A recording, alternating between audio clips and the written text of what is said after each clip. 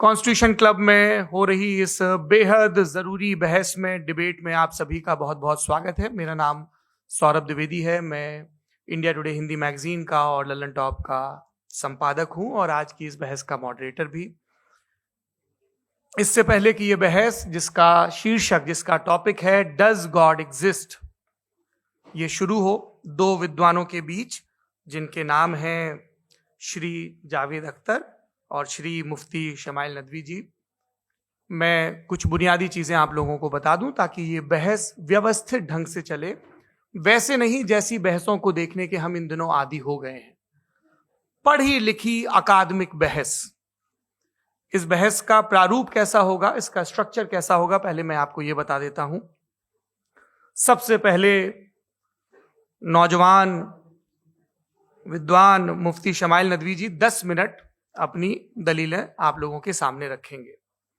उसके बाद जावेद अख्तर साहब 10 मिनट अपनी बात रखेंगे। उसके बाद जिसको हम अंग्रेजी में रिबटल कहते हैं, एक जवाबी दौर रहेगा कि आपने जो कहा मैं उससे मुतमईन हूं कि नहीं हूं और हमने जो कहा। इसके बाद बहस का राउंड 2 शुरू होगा। दोनों विद्वानों को फिर से 7-7 मिनट का वक्त मिलेगा और इसके बाद रिबटल राउंड 2 होगा 5-5 मिनट का। इसके बाद एक दूसरे से सवाल जवाब होंगे। इसके लिए हमने लगभग 16 मिनट का वक्त तय किया है।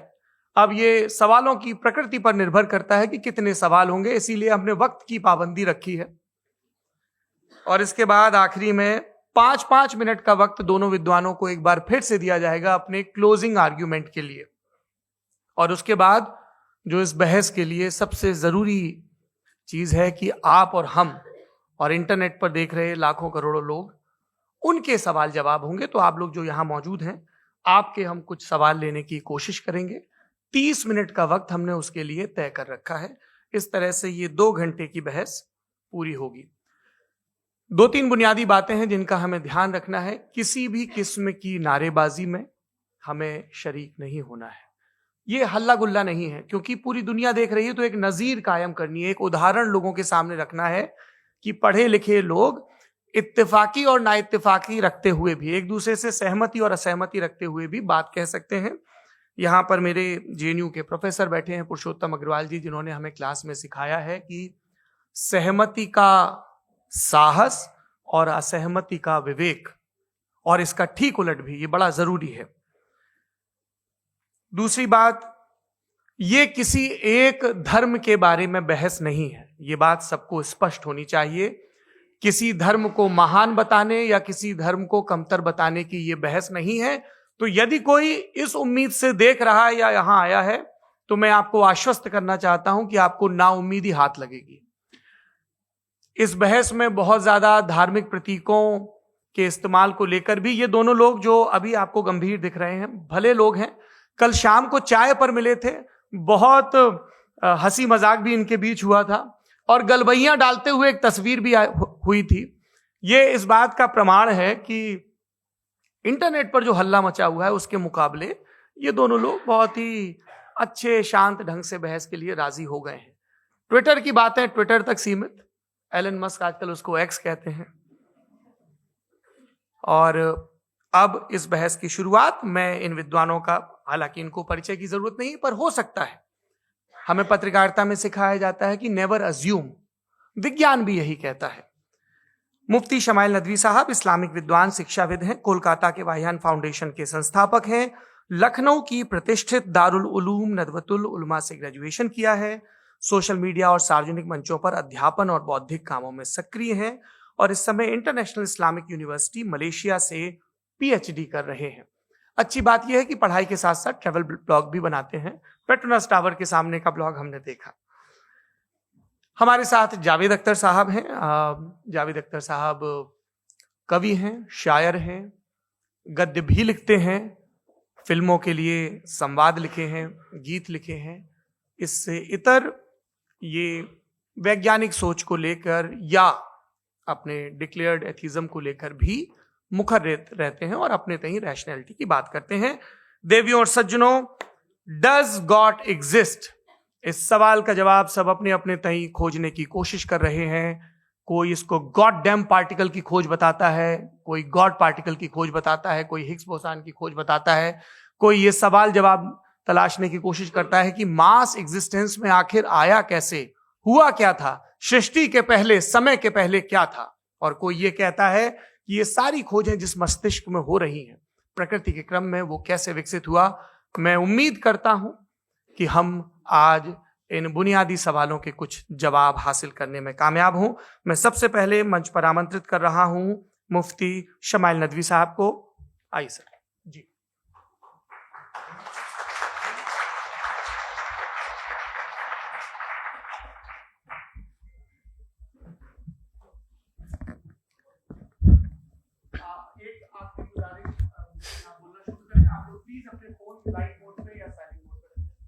एक बार चेक कर ले, कई बार बेध्यानी हो जाती है।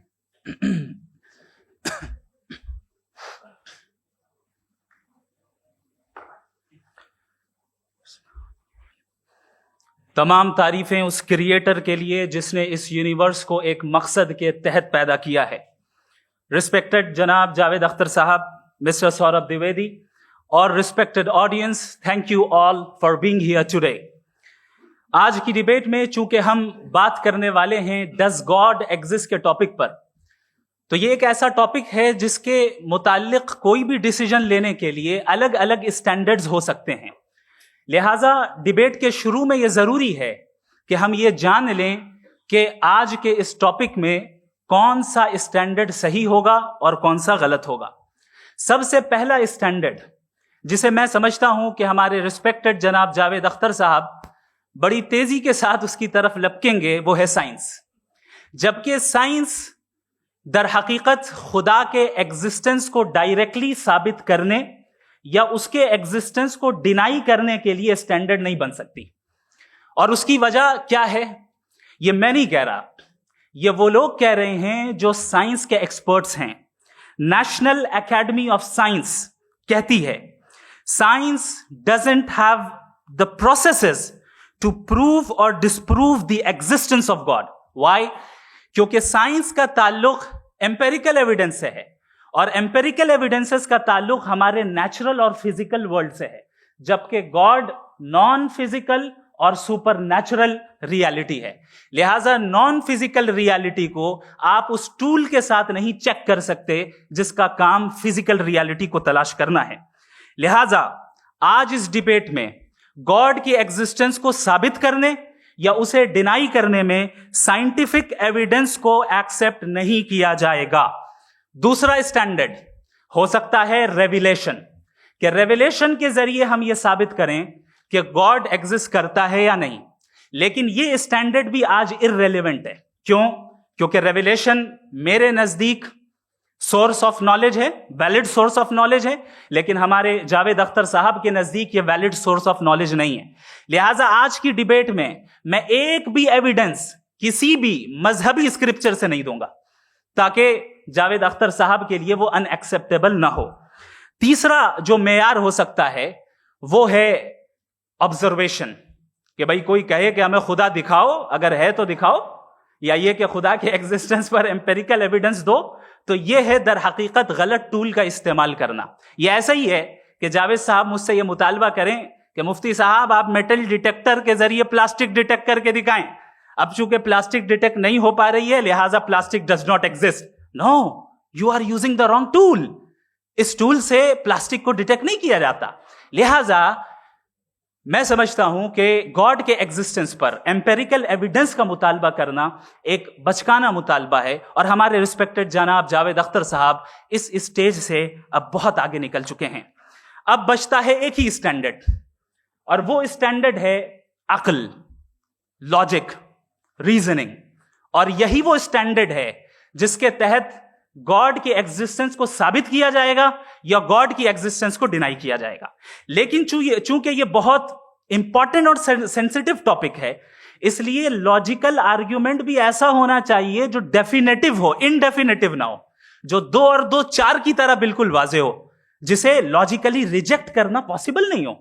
फॉर एग्जाम्पल हम कहें हमारे रिस्पेक्टेड मिस्टर सौरभ साहब, ये एक इंसान है और तमाम इंसान कॉन्शियस बीइंग है।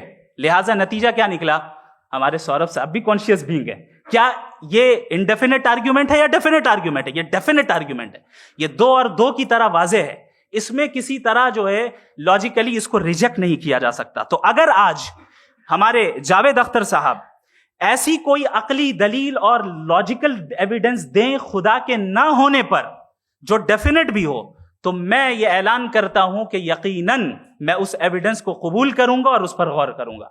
लेकिन साथ में यह भी ऐलान कर देता हूं प्रेडिक्शन के तौर पर कि ऐसा कोई डेफिनेट आर्ग्यूमेंट कोई नहीं पेश कर सकता। दलील हम देंगे और डेफिनेटिव दलील देंगे, लॉजिकल दलील देंगे, ऐसी दलील देंगे जो एंटायर एथिस्टिक वर्ल्ड उसे रेफ्यूट नहीं कर सकती। चलें अब हम एक एग्जाम्पल सोचते हैं, एक सिनेरियो, सिंपल सिनेरियो, तमाम ऑडियंस से गुजारिश है, हम और आप एक आइसोलेटेड आइलैंड पर हैं, ऐसा आइलैंड जहां पे हमसे पहले कोई कभी नहीं गया। चलते चलते आपके सामने अचानक आपने देखा एक पिंक कलर की बॉल पड़ी हुई है। सबसे पहला सवाल आपके जहन में क्या आएगा कि ये बॉल यहां क्यों आई, कैसे आई, ये पिंक कलर की ही क्यों है, कोई और कलर भी हो सकता था, ये इसी शेप में क्यों है, कोई और शेप भी हो सकता था। नेचुरली आप इस तरफ पहुंचेंगे कि कोई ना कोई है जिसने इन स्पेसिफिक प्रॉपर्टीज के साथ इस बॉल को बनाया है और यहां पे रखा है। चूंकि आप जानते हैं कि ये जो बॉल है इसका एग्जिस्ट करना जरूरी नहीं है, ये एग्जिस्ट कर भी सकती थी, नहीं भी कर सकती थी, और एग्जिस्ट करना ही था तो किसी और फॉर्म में करती, किसी और कलर में करती। अब आप इस बॉल को एक्सपैंड करते चले जाएं, एक्सपैंड करते चले जाएं, एक्सपैंड करते चले जाएं, यहां तक कि ये बॉल यूनिवर्स के साइज की हो जाए। बताइए कि क्या साइज के बढ़ जाने से सवाल बदल जाएगा? हरगिज नहीं बदलेगा। अभी भी सवाल रहेगा, ये यूनिवर्स कहां से आया, इन स्पेसिफिक प्रॉपर्टीज के साथ कहां से आया, क्यों आया, किसने बनाया, यह सवाल उस वक्त भी वैलिड रहेगा। लेकिन यह सवाल अगर हम जनाब जावेद अख्तर साहब से करें तो चूंकि इनका वर्ल्ड व्यू एथिस्टिक है, और सिर्फ इनका नहीं, मतलब जितने भी एथिस्ट हैं और एथिस्टिक वर्ल्ड व्यू को रखने वाले से अगर आप ये सवाल करें कि ये यूनिवर्स कहां से आया, तो इनका जवाब या तो आर्ग्यूमेंट फ्रॉम इग्नोरेंस होगा या डॉगमेटिक होगा। या तो ये कहेंगे कि मुझे नहीं पता कि ये कहां से आया, लिहाजा गॉड डज नॉट एग्जिस्ट, ये आर्ग्यूमेंट फ्रॉम इग्नोरेंस है। या ये कहेंगे कि ये यूनिवर्स खुद ब खुद बन गया, इसका मतलब ये है कि उस बॉल को भी खुद ब खुद बन जाना चाहिए। लेकिन बॉल के ताल्लुक से ये एक्सप्लेनेशन एक्सेप्ट नहीं की जाएगी कि ये खुद ब खुद बन गई, लेकिन यूनिवर्स के ताल्लुक से कर दिया जाएगा। इसे हम दूसरे अल्फाज में डॉगमा भी कह सकते हैं। दूसरी चीज, हमारे जावेद अख्तर साहब जरूर गॉड ऑफ गैप्स की मिसाल भी जरूर देंगे, और मिसाल देंगे कि पहले जमाने में बिजलियां कड़कती थी तो लोगों ने किसी एक खुदा की तरफ, और बारिश होती थी तो दूसरे खुदा की तरफ मंसूब कर दिया, उनके पास दलील नहीं थी। यह हमारा वर्ल्ड व्यू है ही नहीं, यह हमारा वर्ल्ड व्यू है ही नहीं, क्योंकि नेचुरल फेनोमेना के प्रोसेस की इंटरप्रिटेशन को जान लेने से यह कहां से साबित हो गया कि गॉड एग्जिस्ट नहीं करता है। इस पर मैं इंशाअल्लाह अभी आगे बात करूंगा। आप हजरात ये भी देखेंगे, और मैं ये एक्सपेक्ट करता हूं कि हमारे रिस्पेक्टेड जनाब जावेद अख्तर साहब जरूर इमोशनल आर्ग्यूमेंट्स भी देंगे, जो कि एक लॉजिकल फेलेसी है जब बात आती है ट्रुथ को डिसाइड करने में। क्यों? मिसाल के तौर पर वो कहेंगे कि अगर गॉड है तो ईविल क्यों एग्जिस्ट करता है, जबकि मैं कहता हूं ईविल का एग्जिस्ट करना गॉड के एग्जिस्ट करने की दलील है, उसके खिलाफ नहीं है। चूंकि अगर गॉड है तो हम सब उसके सामने अकाउंटेबल हैं, और अगर हम अकाउंटेबल हैं तो अकाउंटेबिलिटी के लिए ईविल का मौजूद होना जरूरी है, उसके बगैर हम अकाउंटेबल नहीं हो सकते। और अगर हम अकाउंटेबल नहीं हैं तो हम जनाब जावेद अख्तर साहब से पूछेंगे कि आप बताएं कि फिर सफरिंग इस दुनिया में क्यों है? अगर खुदा नहीं है तो सफरिंग क्यों है? और उन लोगों के जज्बे का क्या जिनके अंदर सफरिंग के बाद इंतकाम लेने का जज्बा पाया जाता है और वो इस दुनिया से ऐसे ही चले गए, क्या उनकी सारी तकलीफें बेकार चली जाएंगी? अब आ जाएं उसी एग्जाम्पल की तरफ कि बॉल, मुझसे अगर कोई पूछे इस बॉल को किसने बनाया और या इस एक्सपेंडेड बॉल को किसने बनाया, मैं कहूंगा कि चूंकि ये यूनिवर्स और इस यूनिवर्स की तमाम चीजें कॉन्टिंजेंट हैं। कॉन्टिंजेंट होने का मतलब ये होता है कि जो अपने एग्जिस्टेंस पे किसी के ऊपर डिपेंड करती हो, तो जाहिर है ये यूनिवर्स कॉन्टिंजेंट है। और अगर कोई चीज कॉन्टिंजेंट नहीं है तो मैं रिक्वेस्ट करूंगा कि मुझे दिखा दें कि कौन सी चीज यूनिवर्स में कॉन्टिंजेंट नहीं है, हम भी जरा गौर कर लें और हम भी देख लें। और जब कॉन्टिंजेंट चीजें मौजूद हैं तो फिलोसोफर्स की इस्तिलाह के मुताबिक, हम उस टर्मिनोलॉजी के मुताबिक, हम उस जगह तक पहुंचते हैं और उस हस्ती तक पहुंचते हैं जिसे नेसेसरी बीइंग कहा जाता है, कि ये वो नेसेसरी बीइंग है जिसका मौजूद ना होना नामुमकिन हो। क्योंकि अगर ये मौजूद ना हो तो सारी चीजें एग्जिस्टेंस में आएंगी ही नहीं, और ये सारी कॉन्टिंजेंट चीजें उसी के ऊपर डिपेंड करती हैं। अब अगर आप ये सवाल करते हैं कि फिर उस हस्ती को किसने बनाया, फिर उसका कॉज क्या है, फिर उसका कॉज क्या है, फिर उसका कॉज क्या है, और एंडलेसली चले जाएं, इसे हम कहते हैं इन्फिनिट रिग्रेस ऑफ कॉजेस, जो कि लॉजिकल फैलेसी है। कॉन्सेप्चुअली इंफिनिटी पॉसिबल है। मिसाल के तौर पे न्यूमेरिकल्स 1 2 3 गिनते चले जाएं, इन्फिनिट नंबर्स हैं। मैं कॉन्सेप्चुअली बात नहीं कर रहा, प्रैक्टिकली रियलिटी में साबित करके दिखाएं कि infinite regress of causes possible है या नहीं। अगर पॉसिबल है तो हम मान लेंगे, मिसाल दे दें, और पॉसिबल नहीं है तो एक ही ऑप्शन बचता है जिसे हम कहते हैं नेसेसरी बीइंग। ऐसी नेसेसरी बीइंग जो इंडिपेंडेंट है, क्योंकि अगर वो डिपेंडेंट हुई तो वो नेसेसरी नहीं रहेगी। ऐसी इंडिपेंडेंट बीइंग जो इटर्नल है, अगर वो इटर्नल नहीं होगी, उसकी बिगिनिंग होगी तो वो खुद कॉन्टिंजेंट है। ऐसी बीइंग जो पावरफुल है, क्योंकि कॉन्टिंजेंट को एक्चुअलाइज करने के लिए पावर चाहिए। ऐसी बीइंग जो इंटेलिजेंट है और नॉलेजेबल है, क्योंकि ये यूनिवर्स स्पेसिफिक फॉर्म और स्पेसिफिक लॉज ऑफ नेचर के तहत प्रिसाइजली चल रहा है। Thank you. थैंक यू मुफ्ती साहब। मैं इन दलीलों के बाद जावेद अख्तर साहब से गुजारिश करूंगा, आप बैठ के बोलना चाहेंगे हमारे? जी।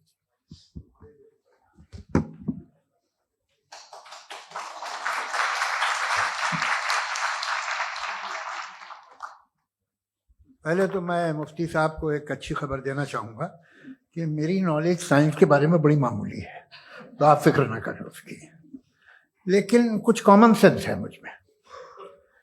देखिए, ये खुदा का तस्वुर कोई नया तस्वुर नहीं है, ये सदियों से रहा है। ये कुछ रिलीजन 3000 साल पुराने होंगे, 4000 साल पुराने होंगे, लेकिन इंसान कोई 10,000 12,000 साल से एग्जिस्ट करता है होमोसेपियन की शक्ल में, और हमेशा कुछ ना कुछ मजहब रहे। ये मजहब जाहिलों के नहीं थे, ये मजहब एक ऐसी ग्रीक सोसाइटी के थे जहाँ बड़े बड़े फिलोसफर पैदा हुए। ये मजहब इजिप्शियंस के थे जिन्होंने पिरामिड्स बनाए थे। ये रोमन्स के थे कि जिनका आर्किटेक्चर और सेनेट यानी पहली बुनियाद डेमोक्रेसी की, लिमिटेड थी मगर डेमोक्रेसी थी, ये उन लोगों ने किए थे। तो इनका जो जुपिटर था, रा था, ज़्यूस था, उन्हें उस पर इतना ही एतमाद था जितना आज किसी मजहबी आदमी को अपने खुदा पे होगा। क्रिश्चियनिटी आने से पहले यूरोप में एक मजहब था, जर्मेनिक रिलीजन। उसका एक खुदा था, उसकी एक बीवी थी, उसके 2 बेटे थे, एक बेटी थी। फिर जर्मनी में जब यूरोप में क्रिश्चियनिटी आई तो वो खुदा, उसकी बीवी और पूरे खानदान चला गया। तो हमने, अगर हम हिस्ट्री देखें तो खुदा जो है वो ज़्यादातर फ़ानी है, वो हमेशा रहे नहीं। और वो जो लोग इन्हें मानते थे उनको आप कहें वो तो जाहिल थे, उन्हें तो कुछ पता ही नहीं था, ऐसा नहीं है। वो अपने वक्त में बड़े काबिल लोग थे और अपने वक्त में उन्होंने बड़े बड़े काम किए हैं, फिलोसफर्स थे, साइंटिस्ट थे, लेकिन उनका मजहब कहाँ गया, उनके खुदा कहाँ गए? आज जो खुदा हैं दुनिया में लोग उन्हें मानते हैं। आपको क्या मालूम कि कितने बरसों के बाद क्या होने वाला है? हम यूरोप में देखते हैं तो चर्च खाली हैं। तो वक्त के साथ चीज़ें बदलती हैं। जहाँ तक इसका ताल्लुक है मजहबों का, हर मजहब आपसे एक चीज़ मांगता है, फेथ। ये फेथ क्या चीज़ होती है? What is the difference between faith and belief? ये तो बहुत ही अहमकाना बात होगी कि कोई आदमी कहे साहब अगर खुदा है तो मुझे दिखाइए। ये तो जाहिलाना बात हुई।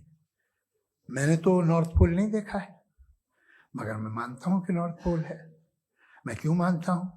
इसलिए कि अगर ये दुनिया राउंड है तो उसका कोई टॉप होगा।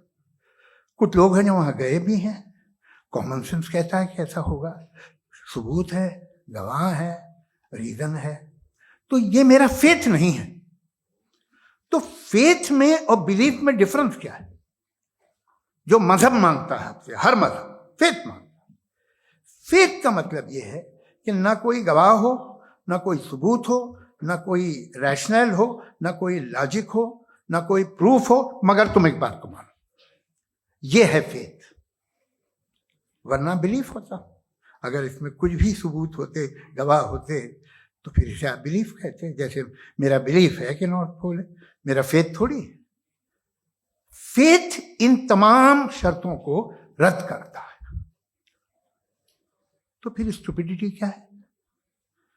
अगर मैं एक बात ऐसी मानूं जिसकी ना कोई लॉजिक है, ना कोई रैशनल है, ना कोई प्रूफ है, ना कोई गवाह है, ना कोई सबूत है, और मैं उसे मानूं, तो ये स्टुपिडिटी हुई।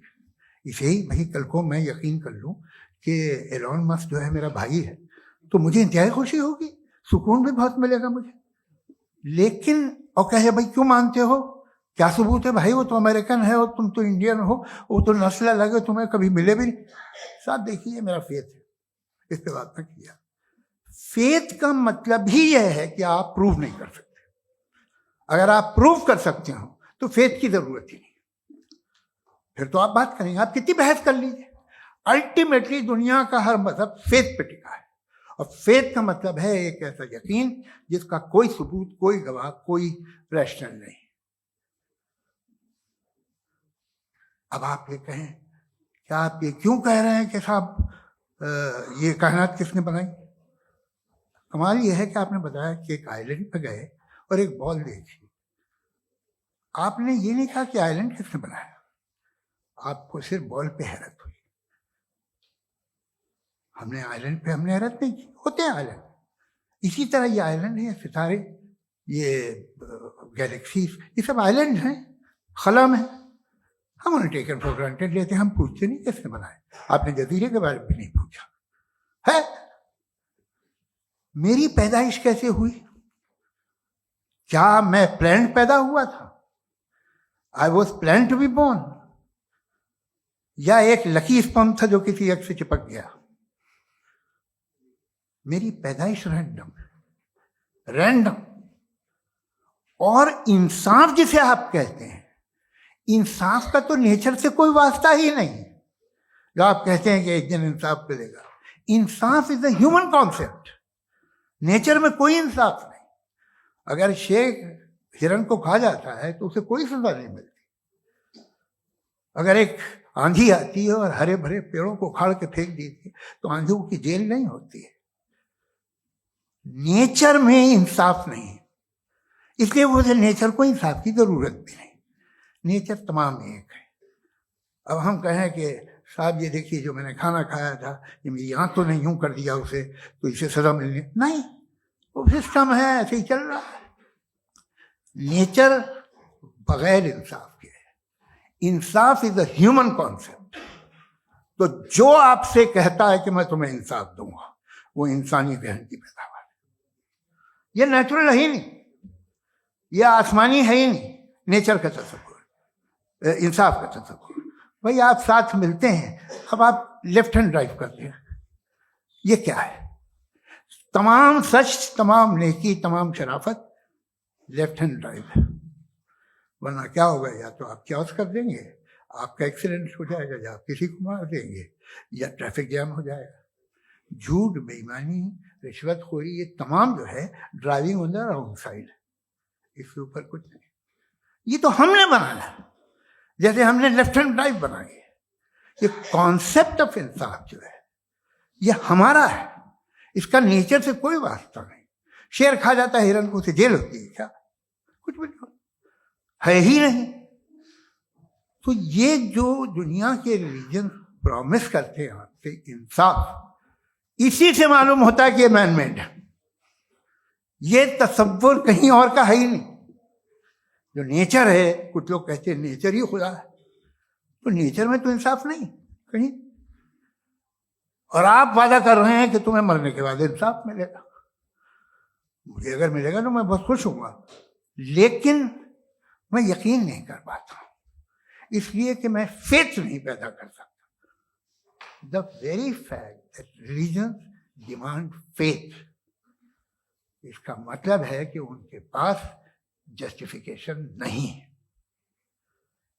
अच्छा साहब, फिर रिलीजन अगर मॉडरेशन में है, कोई सा भी नहीं, वो आप में कुछ खूबियां भी पैदा करता होगा। देखिए उससे ये फायदा है, वो फायदा है। अल्कोहल जो है वो ज़्यादातर दवाओं में यूज़ होती है। और एक सर्वे किया गया था अमेरिका में कि लॉन्जेटिविटी किन लोगों की है, तो एक तरफ वो लोग थे जो शराब पीते ही नहीं थे और एक तरफ वो थे जो एक बोतल शराब रोज पीते थे।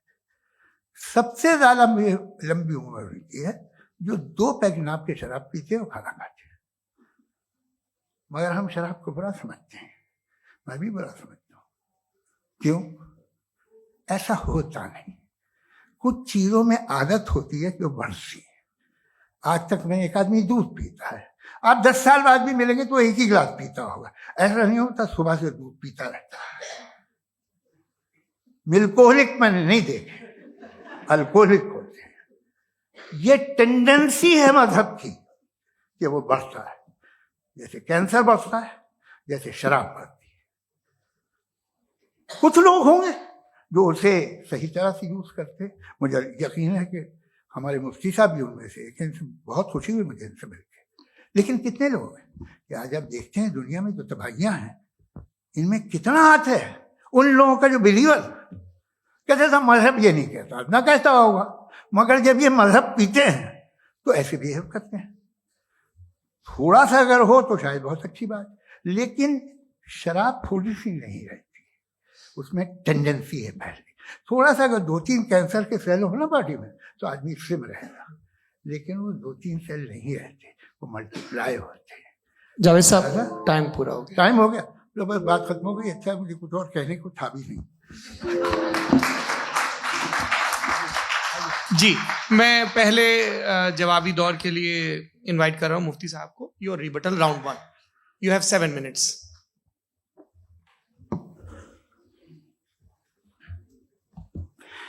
Thank you very much Javed साहब। आपकी बात को सुनकर बड़े महजूज हुए हम लोग। महजूज, do you understand? We enjoyed. Okay, अब थोड़ा सा लॉजिकली उसको हम लोग देखते हैं। दरअसल हम लोगों ने कल गुजारिश की थी मुफ्ती साहब से भी, जावेद साहब से भी, कि हिंदुस्तानी जबान आम फहम सबको समझ में आ जाए और जहां कहीं आप मुश्किल शब्द इस्तेमाल करें वहां बताते भी चलें। Thank you. तो सबसे पहले हमारे रिस्पेक्टेड जावेद साहब ने हवाला दिया कि खुदा फानी है। कितने मजहब आगे चले गए, किसी ने जुपिटर को खुदा माना, किसी ने किसी को माना। मैं कहता हूं जिसने कॉन्टिंजेंट चीज को खुदा माना, गलत माना, वो खुदा ही नहीं, वो खुदा ही नहीं है। हम तो नेसेसरी बीइंग को साबित करने बैठे हैं, वो नेसेसरी कॉज जो इटरनल है, जो अबदी भी है और अजली भी है। हम किसी और को साबित करने नहीं बैठे। दूसरी चीज उन्होंने कहा कि फेथ एंड बिलीफ, ये एक ऐसी डेफिनेशन है फेथ की जो इन्होंने पहली मर्तबा पेश की है, या माफ कीजिएगा इन्होंने पहली मर्तबा पेश नहीं की है, रिचर्ड डॉकिंस ने पहली मर्तबा पेश की है। मुझे मालूम है ये सोर्स कहां से है। एपिस्टेमोलॉजिकली फेथ और बिलीफ का फर्क आप इस तरह नहीं कर सकते सर। फेथ सही भी होता है, गलत भी होता है। बिलीफ सही भी होता है, गलत भी होता है। जो लॉजिक, रीजन और एविडेंस से बैक्ड होगा वो फेथ सही होगा। और आप जिस फेथ की बात कर रहे हैं कि इलॉजिकल है और उसके पीछे नहीं है, तो we are on the same page. हम नहीं मानते उस फेथ को। जो फेथ ऐसा हो जिसके पीछे कोई लॉजिक ना हो, एविडेंस ना हो, हम नहीं मानते। हम तो उस फेथ के कायल हैं जिसके पीछे लॉजिक हो और एविडेंस हो। तो बिलीफ सही भी होता है, गलत भी होता है, फेथ भी सही होता है और गलत भी होता है। तो आज फेथ और बिलीफ के डिफरेंस पे बात नहीं हो रही। आज आप चाहे फेथ एक्सेप्ट कर लें या बिलीफ एक्सेप्ट कर लें, आज ये बात होगी कि ट्रूथ क्या है। चाहे ट्रू बिलीफ सही है या ट्रू फेथ सही है, और फॉल्स फेथ क्या है और फॉल्स बिलीफ क्या है, बात इस पे हो रही। दूसरी चीज इन्होंने पूछा, स्टुपिडिटी फिर क्या है? अगर फेथ रिलीजन स्टुपिडिटी नहीं है तो और क्या है? चूंकि फेथ का मुतालबा करते हैं तो स्टुपिडिटी क्या है? मैं कहता हूं स्टुपिडिटी एथिज्म है। उसकी वजह यह है कि आप एक सड़क पे जा रहे हो और आप किसी गार्डन में जाएं और देखें वहां लिखा है फूलों के साथ, I love Javed Akhtar, and I really do, I love you sir. So जब आप वहां पर पहुंचे तो वहां पहुंचकर अब ये बताएं, क्या आप ये कहेंगे wow what a natural selection? ये क्या नेचुरल सिलेक्शन है? नहीं, ये प्रिसाइजली डिजाइंड है, इसके पीछे डिजाइनर है। लिहाजा अगर कोई एक ऐसी कॉमन सेंस की बात को कबूल नहीं कर रहा है कि यूनिवर्स जो इतने प्रिसाइजली काम कर रहा है, हम कह दें कि खुद ब खुद बन गई, मैं समझता हूं इससे बड़ी स्टुपिडिटी और कुछ नहीं है। ये इरैशनल चीज है। फिर हमारे सर ने कहा कि आपने बॉल पे फोकस किया, आइलैंड पे फोकस नहीं किया। अरे आइलैंड को किसने बनाया, यही समझाने के लिए तो बॉल की मिसाल दे रहा हूं। और बॉल भी कॉन्टिंजेंट है, आइलैंड भी कॉन्टिंजेंट है, दोनों नेसेसरी बीइंग का मुतालबा करते हैं। आगे इन्होंने कहा कि नेचर में कोई इंसाफ नहीं है, हम डिसाइड करते हैं कि मोरालिटी क्या होती है, इंसाफ क्या होता है, हम डिसाइड करते हैं। जैसे ड्राइविंग सीट में ट्रैफिक वाला, ये तो किसी खुदा ने नहीं कहा, ये है, इसे कहते हैं फॉल्स इक्विवेलेंस, ये एक लॉजिकल फेलेसी है।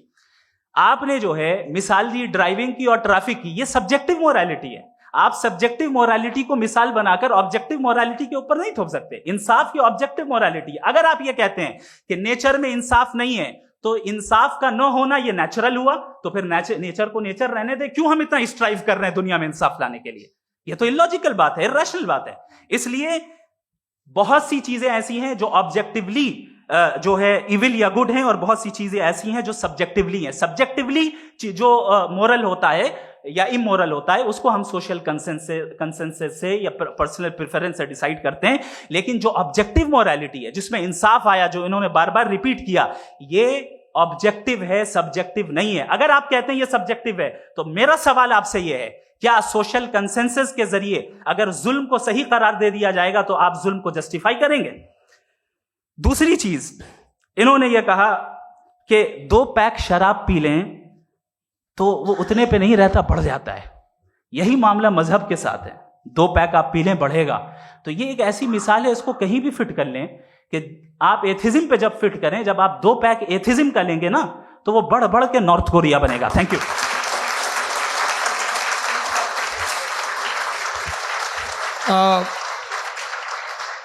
फर्स्ट राउंड के रिबटल के लिए मैं जावेद साहब को इनवाइट कर रहा हूं। आपके पास 7 मिनट का वक्त है, रीसेट कर दीजिएगा प्लीज। मुझे इस बात की खुशी है कि मुफ्ती साहब ने भी मान लिया कि नेचर में कोई इंसाफ नहीं है। तो कोई भी चीज़ जो इंसान ने नहीं बनाई है उसमें इंसाफ नहीं होता है। एक बात मैं आपसे अर्ज करूं, जरा पता लगा लीजिएगा, ये जो आप बाग में जाते हैं बेहद खूबसूरत फूल देखते हैं ना, इनमें से कोई नेचुरल नहीं है। ये सारे फूल क्रॉस करके बनाए गए हैं। जो जंगल में फूल होते हैं निहायत मामूली होते हैं। ये फूल इंसानों ने बनाए हैं। जो आप बाग में देख के वाह वाह कहते हैं, ये इंसानों के बनाए हुए हैं। डिफरेंट फूलों को क्रॉस करके, डेवलप करके, फिर क्रॉस करके इस तरह से बनाए गए। नेचुरल फ्लावर नहीं। किसी जंगल वीरान में जाके आप गुलाब के फूल नहीं देखेंगे। ये सब बनाए हुए इंसान ने, बहुत से काम इंसान ने किए हैं। बाकी है कि आपने मेरी एक बात का जवाब नहीं दिया, जिससे मुझे शिकायत है कि फेथ क्या है और आप फेथ मांगते क्यों हैं मुझसे? आप तो लॉजिकल हैं, आपके पास तो सारे रैशनल हैं, आपके पास सारे सबूत हैं, तो आपको फेथ की डिमांड क्यों करते हैं कि भाई तुम सरेंडर कर दो और सवाल मत करो? कोई मजहब सारे सवाल करने की इजाजत नहीं देता है और मना करता है कि ज्यादा सवाल ना करो, बह जाओगे तुम। आप क्यों रोकते हैं? हकीकत यह है कि इंसानी तारीख क्या है। इंसानी तारीख ये है कि दुनिया में 2 तरह के लोग हुए। एक वो जिन्होंने अपनी लाइल्मी की परस्तिश की है, दूसरे वो जिन्होंने अपनी इग्नोरेंस या लाइल्मी से झगड़ा किया है और मालूम किया है कि क्या है। ये जो आप कह रहे हैं, आज आप हैरान हैं कि भाई ये यूनिवर्स कैसे बनी। लोग हैरान थे कि सूरज डूबता है तो इधर से कैसे निकलता है। और आप एक कदम जाके हमेशा का मानने को तैयार है, एक कदम पीछे ही मान जाइए। भाई आप इसके बाद जाते हो, कहते सवाल ना करना कि ये कहां से आया, ये पावर तो हमेशा से हमेशा रहेगी। तो आप यूनिवर्स के बारे में मानने में क्या तकलीफ है? एक कदम पहले रुक जाइए। ये हमेशा से थी या नहीं थी हमें मालूम नहीं है। और ये कहना कि हमें मालूम नहीं है, कमाल ये है कि दुनिया के सारे मजहब सब जानते हैं ये दुनिया कैसे बनी थी, कैसे मिटेगी, मरने के बाद क्या होगा, इनको सब इल्म है।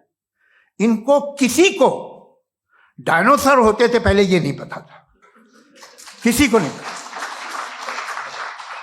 किसी भी दुनिया की मजहबी किताब में डायनासोर का जिक्र नहीं है। लेकिन बाकी सब बातें, how to make universe in 4 easy lessons and बाकी सब पता है। जिसको सब पता है वो गड़बड़ है।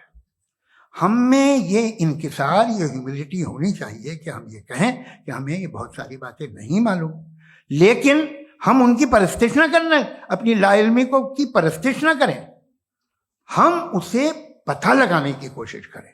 जिस दुनिया में आप बैठे हैं सर, ये हॉल जो है, ये इलेक्ट्रिसिटी जो है, ये माइक जो है, जिस हवाई जहाज से आप आए थे, वो जिस कार से आप यहाँ आए हैं, ये सब उन लोगों की बनाई हुई है जिन्होंने सवाल किए थे। ये दुनिया जिसमें आप आज आराम से हैं, ये उन लोगों की बनाई है कि जिन्होंने सवाल किए थे, और हर स्टेज पे इन सवालों को मकरूह कहा गया था, गलत कहा गया था। आप जरा तारीख पढ़िए, एक बड़ी दिलचस्प किताब है बर्ट्रैंड रसेल की, जिसमें उसने रिलीजन एंड साइंस कि कब से रिलीजन जो है साइंस के अगेंस्ट है, और हद तो यह है कि भाप के इंजन के खिलाफ थे, स्टीम इंजन के भी खिलाफ थे, और फतवे हुए उन पे, वेटिकन ने दिए। तो ये हमेशा, अभी जैसे ही ये राइट विंगर आते हैं अमेरिका में पावर में, तो वो जो अपना ये क्या बोलते हैं उसे, सीड क्या वर्ड है, सीड क्या जो, हाँ नहीं सीड जो होते हैं जैसे जी, नहीं भाई, वो जो ह्यूमन बॉडी के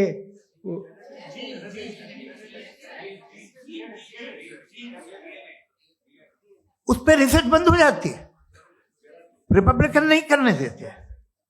अरे भाई इतना डर क्या है तुम्हें?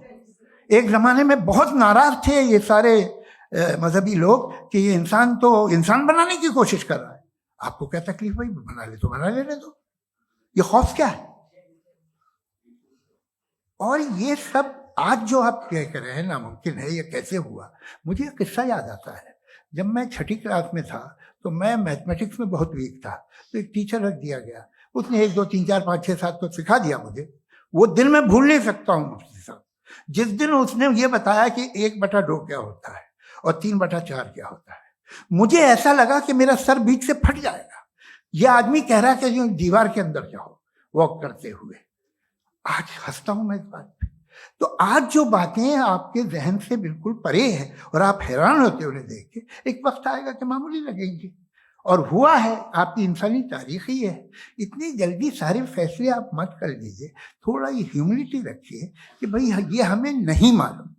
ये कहने में क्या है, ये यूनिवर्स कहाँ तक फैली, ये कब से है और कब तक रहेगी, हमें नहीं मालूम। आपने फैसला कर लिया कब बनी, ये आपके हिसाब से कोई 14 बिलियन ईयर बनी जो समझा जाता है।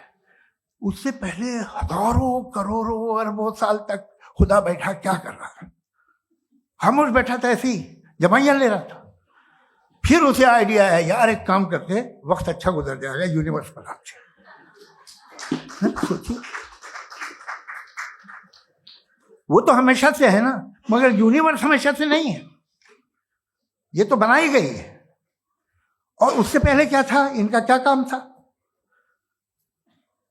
कैसी बात है, ये बड़ा आसान है। जो बात हमें आज धीरे धीरे पता चली है, बरसों 2000 और 2500 साल पहले आपको किसी ने बता दिया कि क्या था, आप मान गए, और तब से वही मान रहे हैं जो 2500 साल पहले कहा गया था।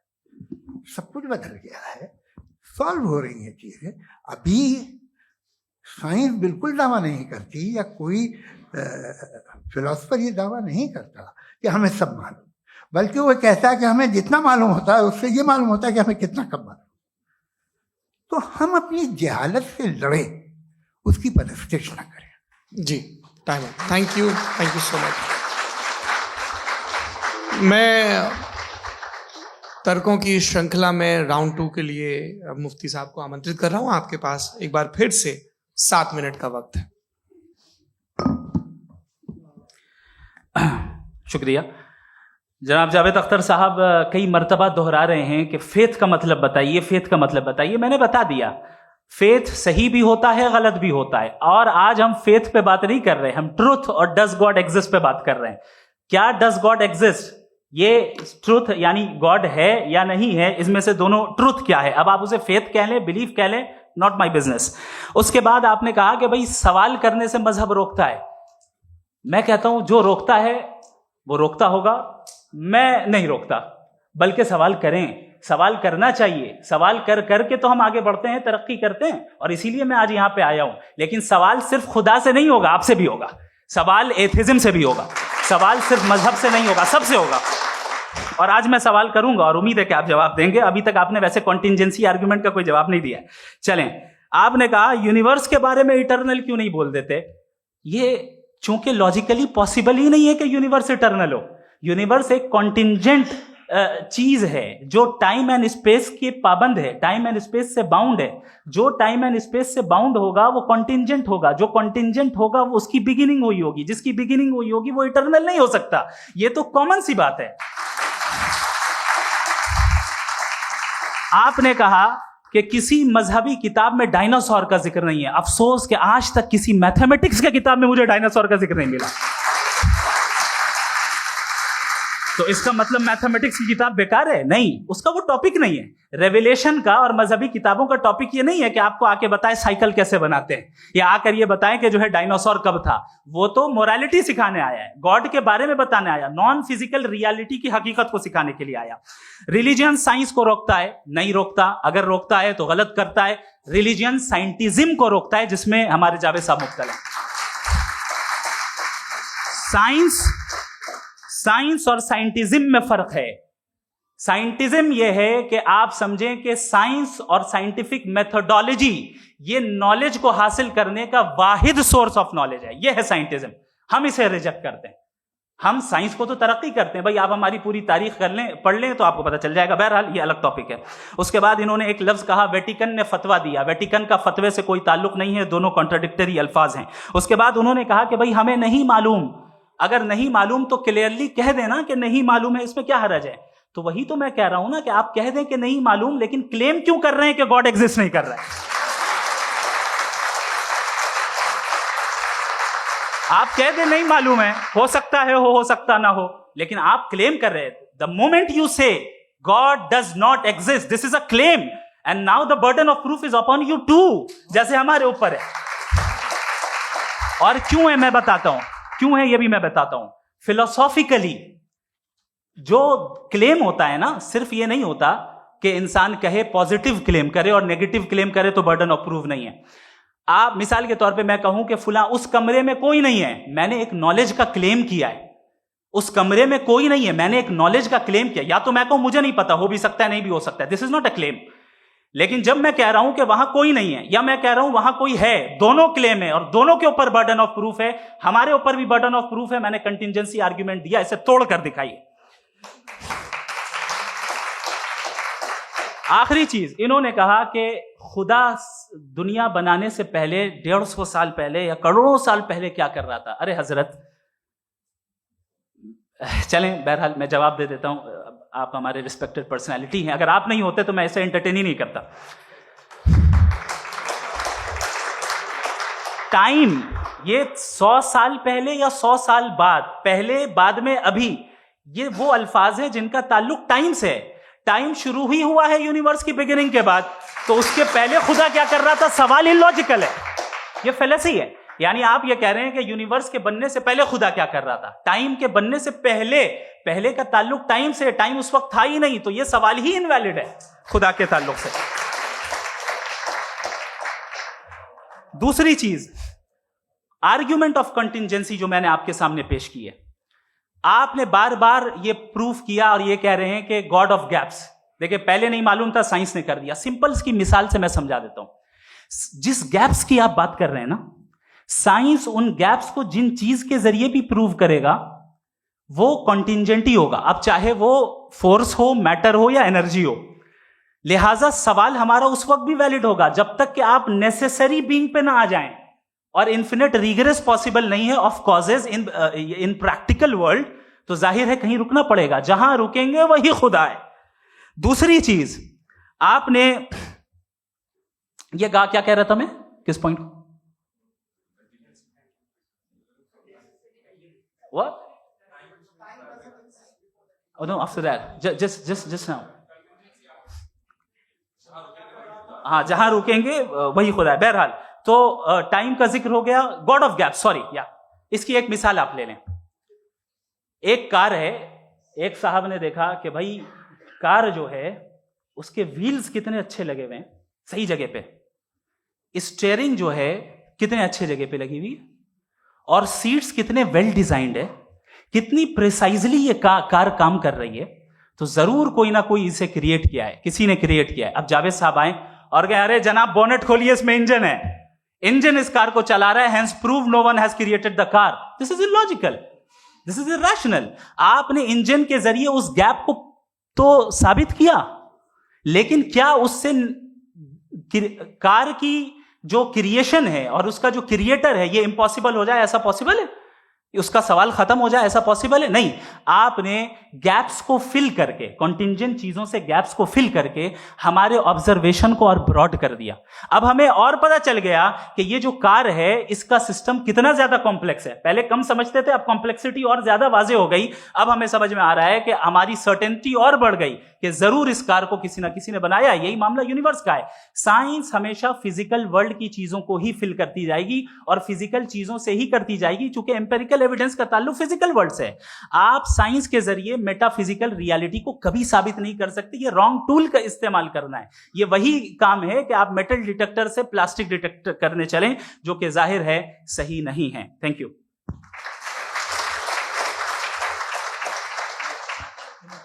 जी, ये आर्ग्यूमेंट का राउंड 2 है। हाँ। 7 मिनट है। पहले तो मैं आपसे अर्ज करूं कि आपने कहा कि जब कायनात ही नहीं थी तो वक्त भी नहीं था, कुछ भी नहीं था। कैसे नहीं था? खुदा था। एक एग्जिस्टेंस तो था ना खुदा का। तो जब खुदा था तो वक्त भी होगा।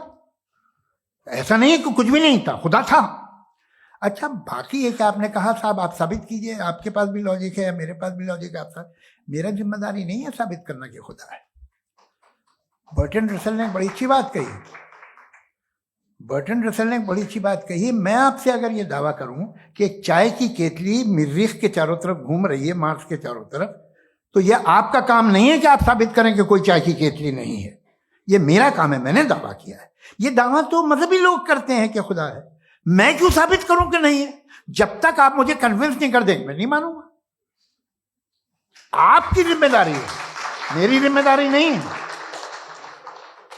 दोयम ये कि ये जो आप कह रहे हैं, जो गैप्स हैं, ये गैप जब जब किसी मजहब को चैलेंज करते हैं, जब ऐसा कोई बात आती है तो हंगामा हो जाता है कि जब वो चैलेंज करें किसी फेथ को। ये तमाम साइंस जो है इसे मुख्तलिफ जगहों पे मुख्तलिफ वक्तों में मजहब ने रोकने की कोशिश की है। ये किताब है religion and science, Burton Russell की, पढ़िएगा, अच्छी लगेगी आपको। तारीख ही है साइंस, मजहब की साइंस से उसका यही रिश्ता है।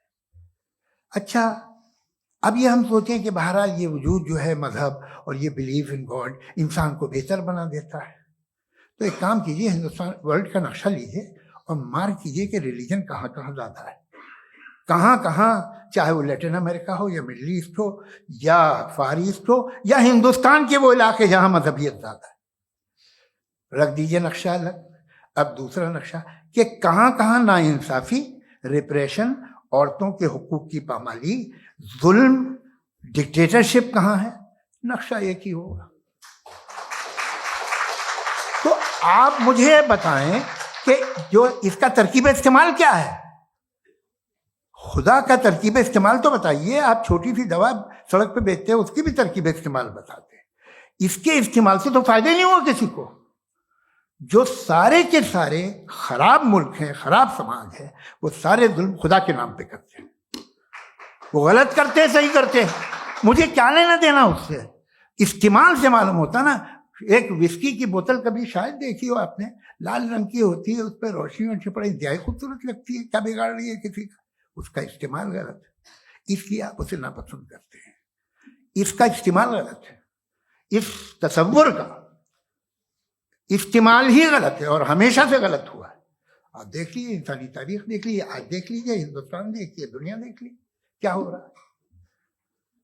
इसे कैसे इस्तेमाल कर रहे हैं फेथ वाले लोग? क्या फेयर हैं, जस्ट हैं, जो अपने खुदाओं पे यकीन रखते हैं? वो किस तरह के लोग? वो लोगों को इंसाफ देते हैं, वो बेहतर इंसान बने। तो इस दवा का फायदा क्या है? चलो बहुत फायदा हो रहा तो मैं इस्तेमाल कर लूंगा। मुझे तो इस दवा का कोई फायदा दिखता ही नहीं। मुझे तो ऐसा लगता, मैं एक और बात बताऊं, अगर कोई आदमी मजहबी है और अच्छा आदमी है तो मैं उसकी बहुत इज्जत करता हूं, इसलिए कि मेरा ख्याल है मजहबी आदमी का अच्छा होना मुझसे अच्छा होने से ज्यादा मुश्किल है। भाई हर चीज की एक लिमिट है। आप इतना भाग सकते हैं, इतना नहीं भाग सकते, इतना वजन उठा सकते, इतना नहीं उठा सकते, इतना दूर देख सकते हैं, इतना दूर नहीं देख सकते। उसी तरह कॉमन सेंस कहता है कि आप में नेकी का भी एक कोटा होगा।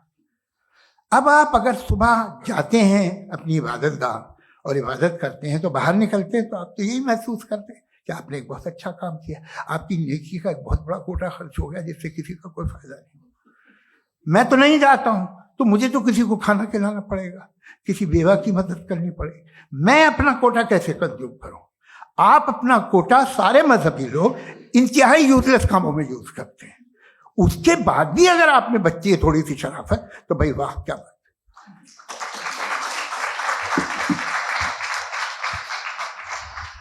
एक तो मुझे ये बात बहुत अच्छी लग रही है कि दोनों ही विद्वान समय को मानते हैं और बहुत समय से अपनी दलीलें और बाज दफा समय से पहले अपनी तकरीरें पूरी करके अपनी अपनी कुर्सी पर बैठ रहे हैं। ये इस आर्ग्यूमेंट का राउंड 2 पूरा हुआ। अब रिबटल का राउंड 2 है और उसके बाद क्रॉस एग्जामिनेशन होगा। नहीं, आपका आर्ग्यूमेंट हो गया सर।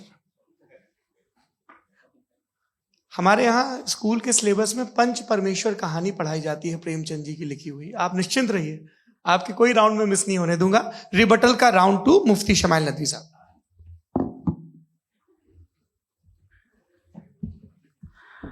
असल में जो हकीकी प्रॉब्लम है, असल प्रॉब्लम है, वो ये है कि जावेद साहब के पास कॉन्सेप्ट ऑफ गॉड क्लियर नहीं है। इन्होंने कहा कि कायनात से पहले खुदा तो था, तब भी तो टाइम होगा।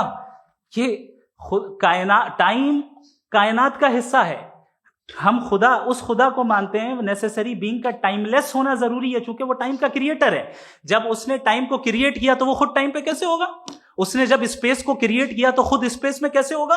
अगर वो टाइम एंड स्पेस को पहले से ही उसका पाबंद है तो फिर किस चीज को उसने क्रिएट किया? लिहाजा ये सवाल गलत है कि खुदा था तो टाइम होगा। बिल्कुल नहीं, टाइम के पाबंद हम है, खुदा नहीं है। हम फिजिकल वर्ल्ड से ताल्लुक रखते हैं, वो मेटाफिजिकल रियलिटी है। दूसरी चीज इन्होंने मिसाल दी कि चाय की केतली हवा में घूम रही होगी, और पता नहीं शायद वो बर्टन रसल का उन्होंने हवाला दिया। बहरहाल यही प्रॉब्लम है। प्रॉब्लम यही है कि हम चीजों के दरमियान डिफरेंशिएट नहीं कर पाते। ये जो आपने मिसाल दी ये इमेजिनेशन है, और मैं जो साबित कर रहा हूं वो लॉजिकल नेसेसिटी है। आप इमेजिन करने आए तो कुछ भी करें, जुपिटर में पिंक एलिफेंट होगा, यूनिकॉर्न होगा, करें, उससे कायनात पे क्या फर्क पड़ता है? उससे आप लॉजिकल नेसेसिटी साबित नहीं कर सकते। मैं तो उस प्राइम कॉज की बात कर रहा हूं, उस नेसेसरी बीइंग की बात कर रहा हूं जिसके बगैर इस कायनात का एग्जिस्टेंस मुमकिन नहीं है। दूसरी चीज, मजहब को साइंस चैलेंज करती है वगैरह वगैरह, ये हमारा टॉपिक ही नहीं है।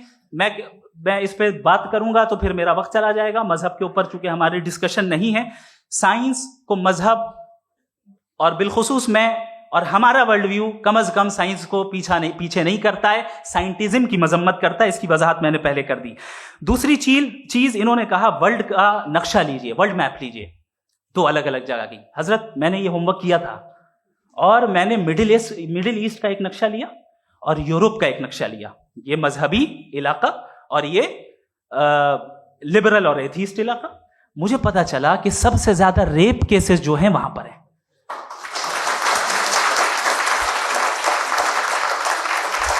मुझे ये पता चला यूएन की रिपोर्ट के मुताबिक, मैं ये अपने घर से नहीं लेके आ रहा, कि जो वर्किंग वुमेन है यूरोपियन कंट्रीज में, उसमें 81% वुमेन सेक्सुअल हैरेसमेंट का वर्क में शुमार हो रही है। ये मिडिल ईस्ट में नहीं हो रहा है, वो मजहबी लोग हैं इसलिए नहीं हो रहा है।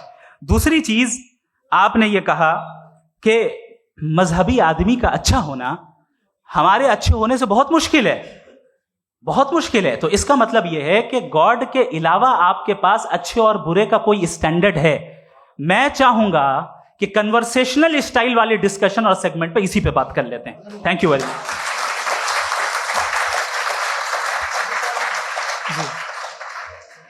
ये रिबटल का राउंड 2 है। आपके पास 5 मिनट का वक्त है और इसके बाद क्रॉस एग्जामिनेशन शुरू करेंगे। आप चाहे तो जो इन्होंने सवाल पूछे उनके जवाब आप रिबटल में भी दे सकते हैं। जी जी, देखिए, पहले तो ये बात कि ये मिसाल गलत है।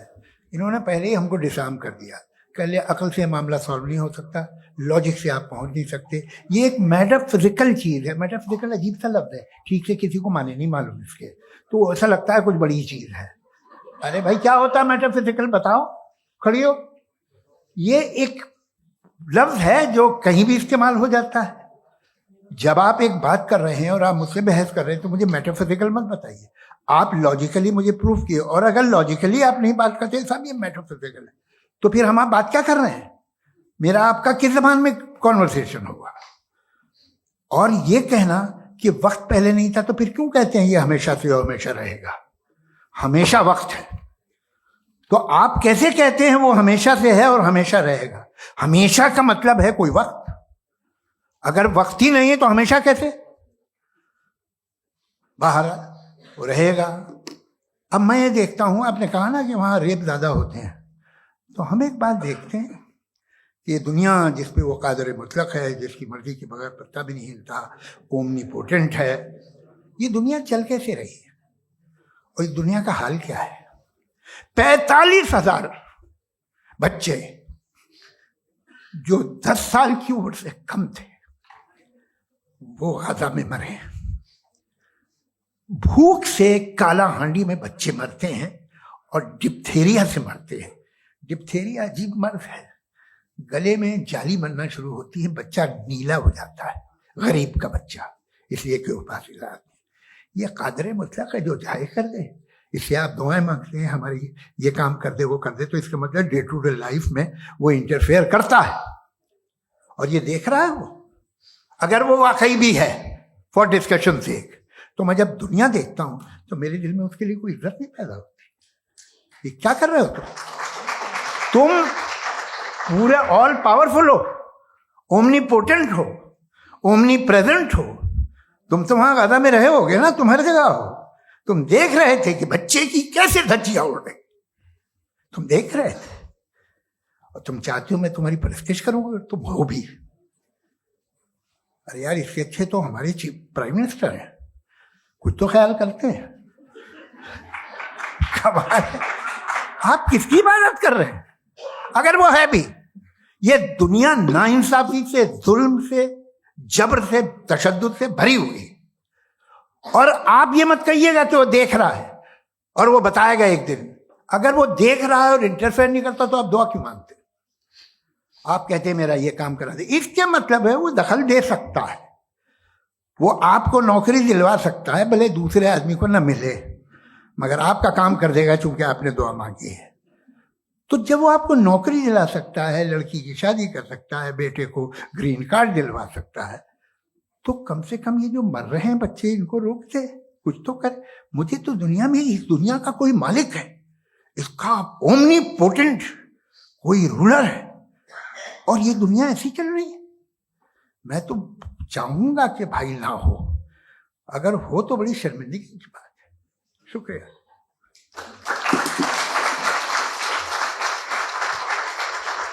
देवियों और सज्जनों, इस बहस के 2 राउंड और 2 रिबटल पूरे हो चुके हैं।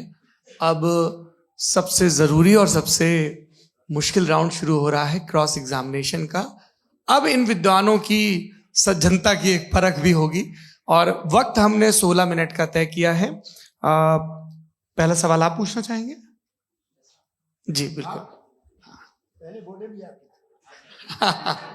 आप माइक ले लीजिएगा हाथ में, ये नीचे से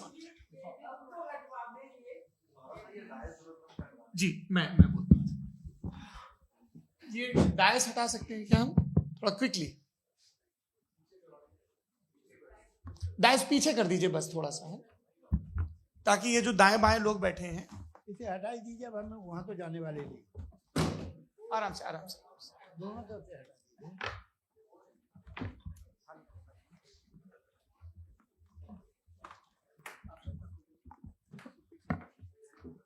इस बीच आप लोग भी अपने अपने सवाल तैयार कर लें। ये ध्यान रखेंगे कि मैं यहाँ से सवाल लूंगा, आप लोगों को अपना हाथ ऊपर करना है, अपना नाम बताना है और अधिकतम 3 वाक्यों में अपना सवाल पूरा करना है। कई लोग सवाल की जगह भाषण देने लगते हैं, उससे आज बचना है। जी मुफ्ती साहब, पहला सवाल आपका, 16 मिनट है, हम दोनों लोगों के सवाल लेंगे। जी जी बहुत शुक्रिया। आपकी जो अभी बात हुई बहुत अहम थी, मैं इसको चाहूँगा कि आगे डिस्कस करूँ, लेकिन चूँकि अभी ये वो सेगमेंट है क्रॉस एग्जामिनेशन, तो सबसे पहला सवाल आपसे ये है कि जो मैं इतनी देर से कॉन्टिंजेंसी आर्ग्यूमेंट आपको बता रहा था, ये अकल से ही बता रहा था हजरत, आप ये बताएं कि आप इन्फिनिट रिग्रेस ऑफ कॉजेस को पॉसिबल मानते हैं या नेसेसरी बीइंग के एग्जिस्टेंस को सही समझते हैं, क्योंकि दो ही ऑप्शन हो सकता है, आप ये बताएं। देखिए, आपको मैं ईमानदारी से बात करूं, एक तो मैं कॉन्टिजेंसी वर्ड ठीक से समझता हूं, और इस वक्त भी जो आपने अंग्रेजी के अल्फाज इस्तेमाल किए वो जरा थोड़े से मुझे डिफिकल्ट और कॉम्प्लिकेटेड लगे, तो आप जरा सिंपल जबान में सवाल कर सकते हैं? बिल्कुल कर सकता हूं जी। यूनिवर्स की हर चीज कॉन्टिंजेंट होने का मतलब यह है कि वो अपने एग्जिस्टेंस में किसी के ऊपर डिपेंडेंट है। जो भी चीज डिपेंडेंट होगी वो चीज इंडिपेंडेंट नहीं हो सकती, तो उसका कोई ना कोई कॉज होगा। तो अब आप क्या समझते हैं कि ये इन्फिनिट रिग्रेस है, यानी कॉज पर कॉज, कॉज पर कॉज, कॉज पर कॉज, और कभी कोई यानी ये एंडलेसली चलता रहा? क्योंकि अगर ऐसा होगा तो हम तो एग्जिस्टेंस में आते ही नहीं। लॉजिकली ये मुत्तफक अलैह चीज है, मुत्तफक अलैह अग्रीड अपॉन। इस पे हमने एग्री किया था कि मुश्किल शब्द आएगा तो अर्थ बताना पड़ेगा। तो इन्फिनिट रिग्रेस तो पॉसिबल नहीं है, तो कहीं ना कहीं आपको रुकना पड़ेगा ऐसे नेसेसिटी पर। नहीं, कोई जरूरत नहीं रुकने की। किसने कहा आप रुकना पड़ेगा? आप रुकते हैं खुदा पे, आप नहीं रुकते। आप कहते हैं वो हमेशा से, जब उस वक्त से है जब वक्त नहीं था। आप कहाँ रुकते हैं कि अब हुआ था वो? आप नहीं कहते। हम क्यों नहीं मान सकते कि यूनिवर्स जो है और बल्कि मल्टीवर्सेस जो है वो हमेशा से हैं, वो बनती है, बिगड़ती है। एक हमारे यहाँ एक चीज़ है ब्लैक होल, वो समेट लेता है वापस, फिर ब्लास्ट होता है, फिर फैल जाता है। और इसमें हमारी तो खैर कोई औकात ही नहीं है इंसान की। एक छोटे से जर्रे पे हम 50-60 साल की उम्र रखते हैं, जो करोड़ों अरबों साल की कायनात उसमें, और पैदा भी नहायत ही बेहुदा वजह से हुए थे। तो इसमें ये सोचना कि इसकी वजूहात और ये क्यों है, ये डिपेंडेंट है, ये हम देख रहे हैं, क्या मालूम। आप सोचिए कि ये जो फैल रही है कायनात, ये कहाँ फैल रही है, ये कहाँ जा रही है, और ये फैल क्यों रही है? अरे बना ली थी तुमने, रुको भैया, हाँ काफी है। ये फैल क्यों रही है? ये और कौन सी कायनात जिसे मैं दूरबीन से देखता हूं तो 2 बिलियन लाइट ईयर पे है, उससे मेरा कोई वास्ता ही नहीं है। 2 बिलियन ईयर यानी अगर मैं 80,000 माइल्स पर सेकेंड से चलूं तो 20 करोड़ साल में वहां पहुंच जाऊंगा। इसकी जरूरत क्या थी? ये दुनिया, ये कायनात तो इंसान अशरफुल मखलूकात के लिए बनाई गई ना। तो ये सब ये टर्म समझ में नहीं आया, इसमें कोई खास समझने वाली बात थी भी नहीं। ये जो अल्टीमेट कहा यह जाता है कि ये जो पूरी यूनिवर्स है, ये जो दुनिया है, ये इंसान के लिए बनाई गई। अच्छा, ये सब इंसान के लिए। क्यों साहब, सही है ना? बिल्कुल, लेकिन इसका ये मतलब नहीं कि किसी चीज के पीछे रीजन आपको नहीं पता तो रीजन नहीं है, इसे कहते हैं नहीं, मुझे नहीं पता, लेकिन मेरी जिम्मेदारी नहीं। वो बिल्कुल सही कहा था उसने, बर्टन रसल ने। आपने उसे मजाक में टाल दिया कि भाई आप एक दावा कर रहे हैं, मैं क्यों कहूं कि ये गलत है दावा? आप प्रूफ कीजिए, मेरे पे जिम्मेदारी ही नहीं है, मैंने थोड़ी कहा है। आप प्रूफ कीजिए कि ये सही है। आप आर्ग्यूमेंट ऑफ कंटिंजेंसी का जवाब ही नहीं दे रहे हैं। पूछना चाहेंगे? आप सवाल पूछना चाहेंगे मुफ्ती साहब से? क्योंकि ये क्रॉस एग्जामिनेशन का दौर है। आप जैसे पहले बोल रहे थे फेथ को लेके कुछ, मैं ये पूछना चाहूंगा कि खुदा ने जो भी रेवल्यूशन किए हैं, एक मजहब के नहीं बहुत से मजहबों में किए हैं, अलग अलग रेवल्यूशन है। कहीं कुछ एक बातें हैं, कॉन्ट्रडिक्शन भी है आपस में, कहीं कुछ आप कर सकते हैं, कहीं कुछ नहीं कर सकते। ऐसा नहीं है कि सबकी कोड ऑफ मॉरल एक है। तो ये किस्सा क्या है? अब आप ये देखिए कि मुझे कभी कभी लगता है कि जो फुटबॉल फाइनल होता है, लाखों लोग होते हैं, फिर वो टीवी कवर कर ली, करोड़ों लोग, अगर उसमें खुदा की एक गूंगी आवाज आ जाती, मैं गॉड हूं, तो सारे लोग अभी सुन लेते और टीवी पे भी सुन लेते, किस्सा खत्म होता। ये इतनी राजदारी क्या है कि तुम सामने कुछ तो सबूत दे दो हमें सॉलिड। ये कह साहब ये यूनिवर्स कैसे बनी, इससे मसला क्या हल होगा? मैं पूछूंगा आपसे खुदा कैसे बना? क्यों नहीं पूछूंगा कैसे बना? बल्कि वो तो कायनात से कहीं ज्यादा इंटेलिजेंट है, कायनात से कहीं ज्यादा कॉम्प्लेक्स। जी वो हमेशा से है। आप कहेंगे मैं मान लूंगा। अच्छा, दोयम वो कादिर मुतलक, यानी कादिर मुतलक का मतलब ओमनीपोटेंट, वो जो चाहे कर सकता है। आपको नौकरी दिलवा सकता है, आपकी अच्छी जगह शादी करवा सकता है, आपके पड़ोसी आपका मुकदमा हरवा सकता है, आपको जिता सकता है, सब काम करता है। थोड़ा सा माइक क्लोज जी। वो इस दुनिया को चला कैसे रहा है, ये दुनिया कैसे चल रही है, आपको इस पे हैरत नहीं होती? या कयामत के बाद कभी एक जस्टिस होगा, जब ये बच्चा मर चुका होगा, जिसकी धज्जियां उड़ गई बम से, इसको इंसाफ मिलेगा तब? अच्छा, अब जवाब दूं? हाँ जी। मैं वही इसीलिए आप की तरफ। सबसे पहले आपने रेवलेशन और स्क्रिप्चर्स की बात की, इस पे मैं बात कर सकता हूं लेकिन आज नहीं करूंगा क्योंकि वक्त कम है, कभी और इस पे डिस्कस करेंगे। मैं तैयार हूं उस पे भी बात करने के लिए। ये अभी से राउंड 2 की भूमिका तय हो रही है। डज गॉड एग्जिस्ट राउंड 2 जी। चूंकि आज गॉड के एग्जिस्टेंस पे बात है तो मैं उसी के रिलेटेड जो है आपके सवालात को एंटरटेन भी करूंगा और मैं भी पूछूंगा। आपने कहा कि आपने साबित ही नहीं किया, जबकि आर्ग्यूमेंट ऑफ कॉन्टिजेंसी बुनियादी आर्ग्यूमेंट है। आप मुझे कॉन्टिजेंसी का मतलब बताइए, आपका मतलब क्या कॉन्टिजेंसी?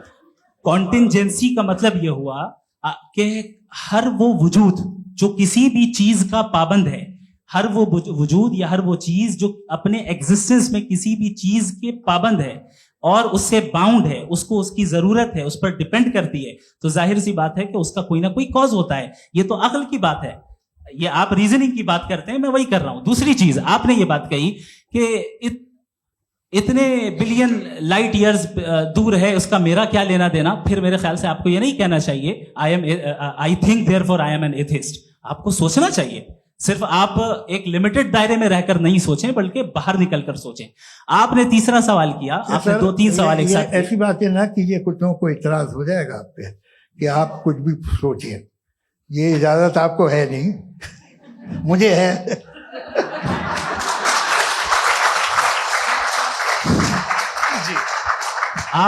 आपने प्रॉब्लम ऑफ इविल के ताल्लुक से सवाल किया और बार बार आप एक लफ्ज रिपीट कर रहे हैं कि ओमनीपोटेंट गॉड है, ऑल पावरफुल गॉड है। यही तो दरअसल समझना है कि गॉड का कॉन्सेप्ट क्या है। प्रॉब्लम ऑफ इविल जो है, प्रॉब्लम ऑफ इविल दर हकीकत 2 असम्पशंस पर कायम है। अगर आप इन 2 असम्पशंस को समझ जाएं तो ये प्रॉब्लम नहीं रहेगी, आर्ग्यूमेंट आपको समझ में आ जाएगी कि ये कोलैप्स कर जाता है।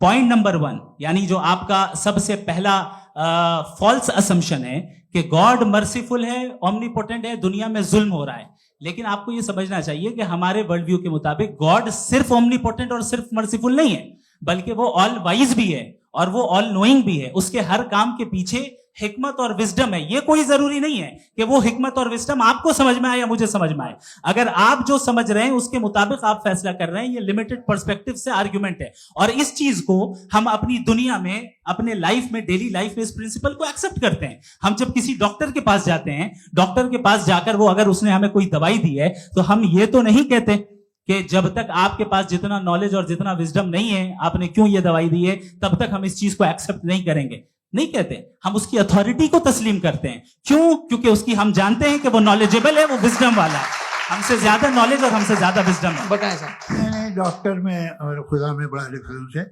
डॉक्टर पढ़ा लिखा होता है एक, तो मैं उसकी बात सुनूंगा। 2 ये नहीं, कुछ जवाब तो ये भी नहीं है सर। प्लीज आप अगर सब ऑडियंस से बोलने लगेंगे तो फिर मतलब नहीं सिविलाइज्ड बहस का। मतलब आप ये कहें कि क्योंकि आप डॉक्टर पे बिलीव करते हैं इसलिए खुदा पे बिलीव कीजिए, क्या ये मिसाल आपको समझाने के आर्गुमेंट है, इस पे आपको एतराज नहीं है। तो सिंपल बात ये है कि मैं अगर ये यकीन कर लूं कि एक ओमनीपोटेंट, उसकी मसलहत है, ये जो बच्चे मर रहे हैं ये मसलहत है उसकी, मुझे नहीं चाहिए ऐसी मसलहत। उसकी मसलहत नहीं, यही तो समझना है, मतलब एक्सपीरियंस।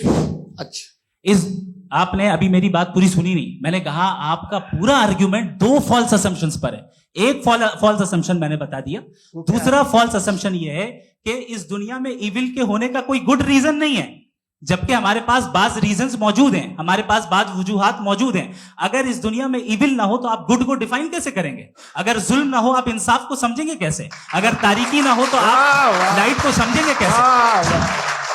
बहुत अच्छा। अभी और सुन लें, अभी और बाकी है। ये तो बात बहुत पसंद आई साहब मुझे कि जब तक रेप ना हो तब तक औरतों की इज्जत का ख्याल आपने मेरा जवाब पूरा सुना ही नहीं। जब तक के बच्चों का कत्ल ना किया जाए तब तक आपको बच्चों की मासूमियत की इज्जत। आपने पूरा जवाब सुना ही नहीं। क्या बात है, क्या आपने नुक्ता निकाला? आपने पूरा जवाब सुना ही नहीं। आप सुन लें, मेरी बात सुन लें।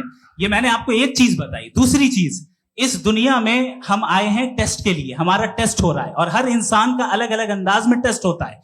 और इस दुनिया में अगर इविल मौजूद है तो वो इविल जरिया है हमारे अंदर ह्यूमन नोबल क्वालिटीज को डेवलप करने का और अलग अलग फील्ड में प्रोग्रेस करने का। और अगर हमारे अंदर और इस दुनिया में इविल नहीं होता तो बताइए टेस्ट का मतलब क्या होता? अगर मैं अपने स्टूडेंट को एमसीक्यूज दूं और उसमें सिर्फ राइट आंसर लिख कर दे दूं और कहूं तुम्हारा टेस्ट हो गया, ये मीनिंगलेस है। इस दुनिया में अगर हम टेस्ट के लिए आए हैं तो जाहिर है गुड एंड इविल दोनों मौजूद है।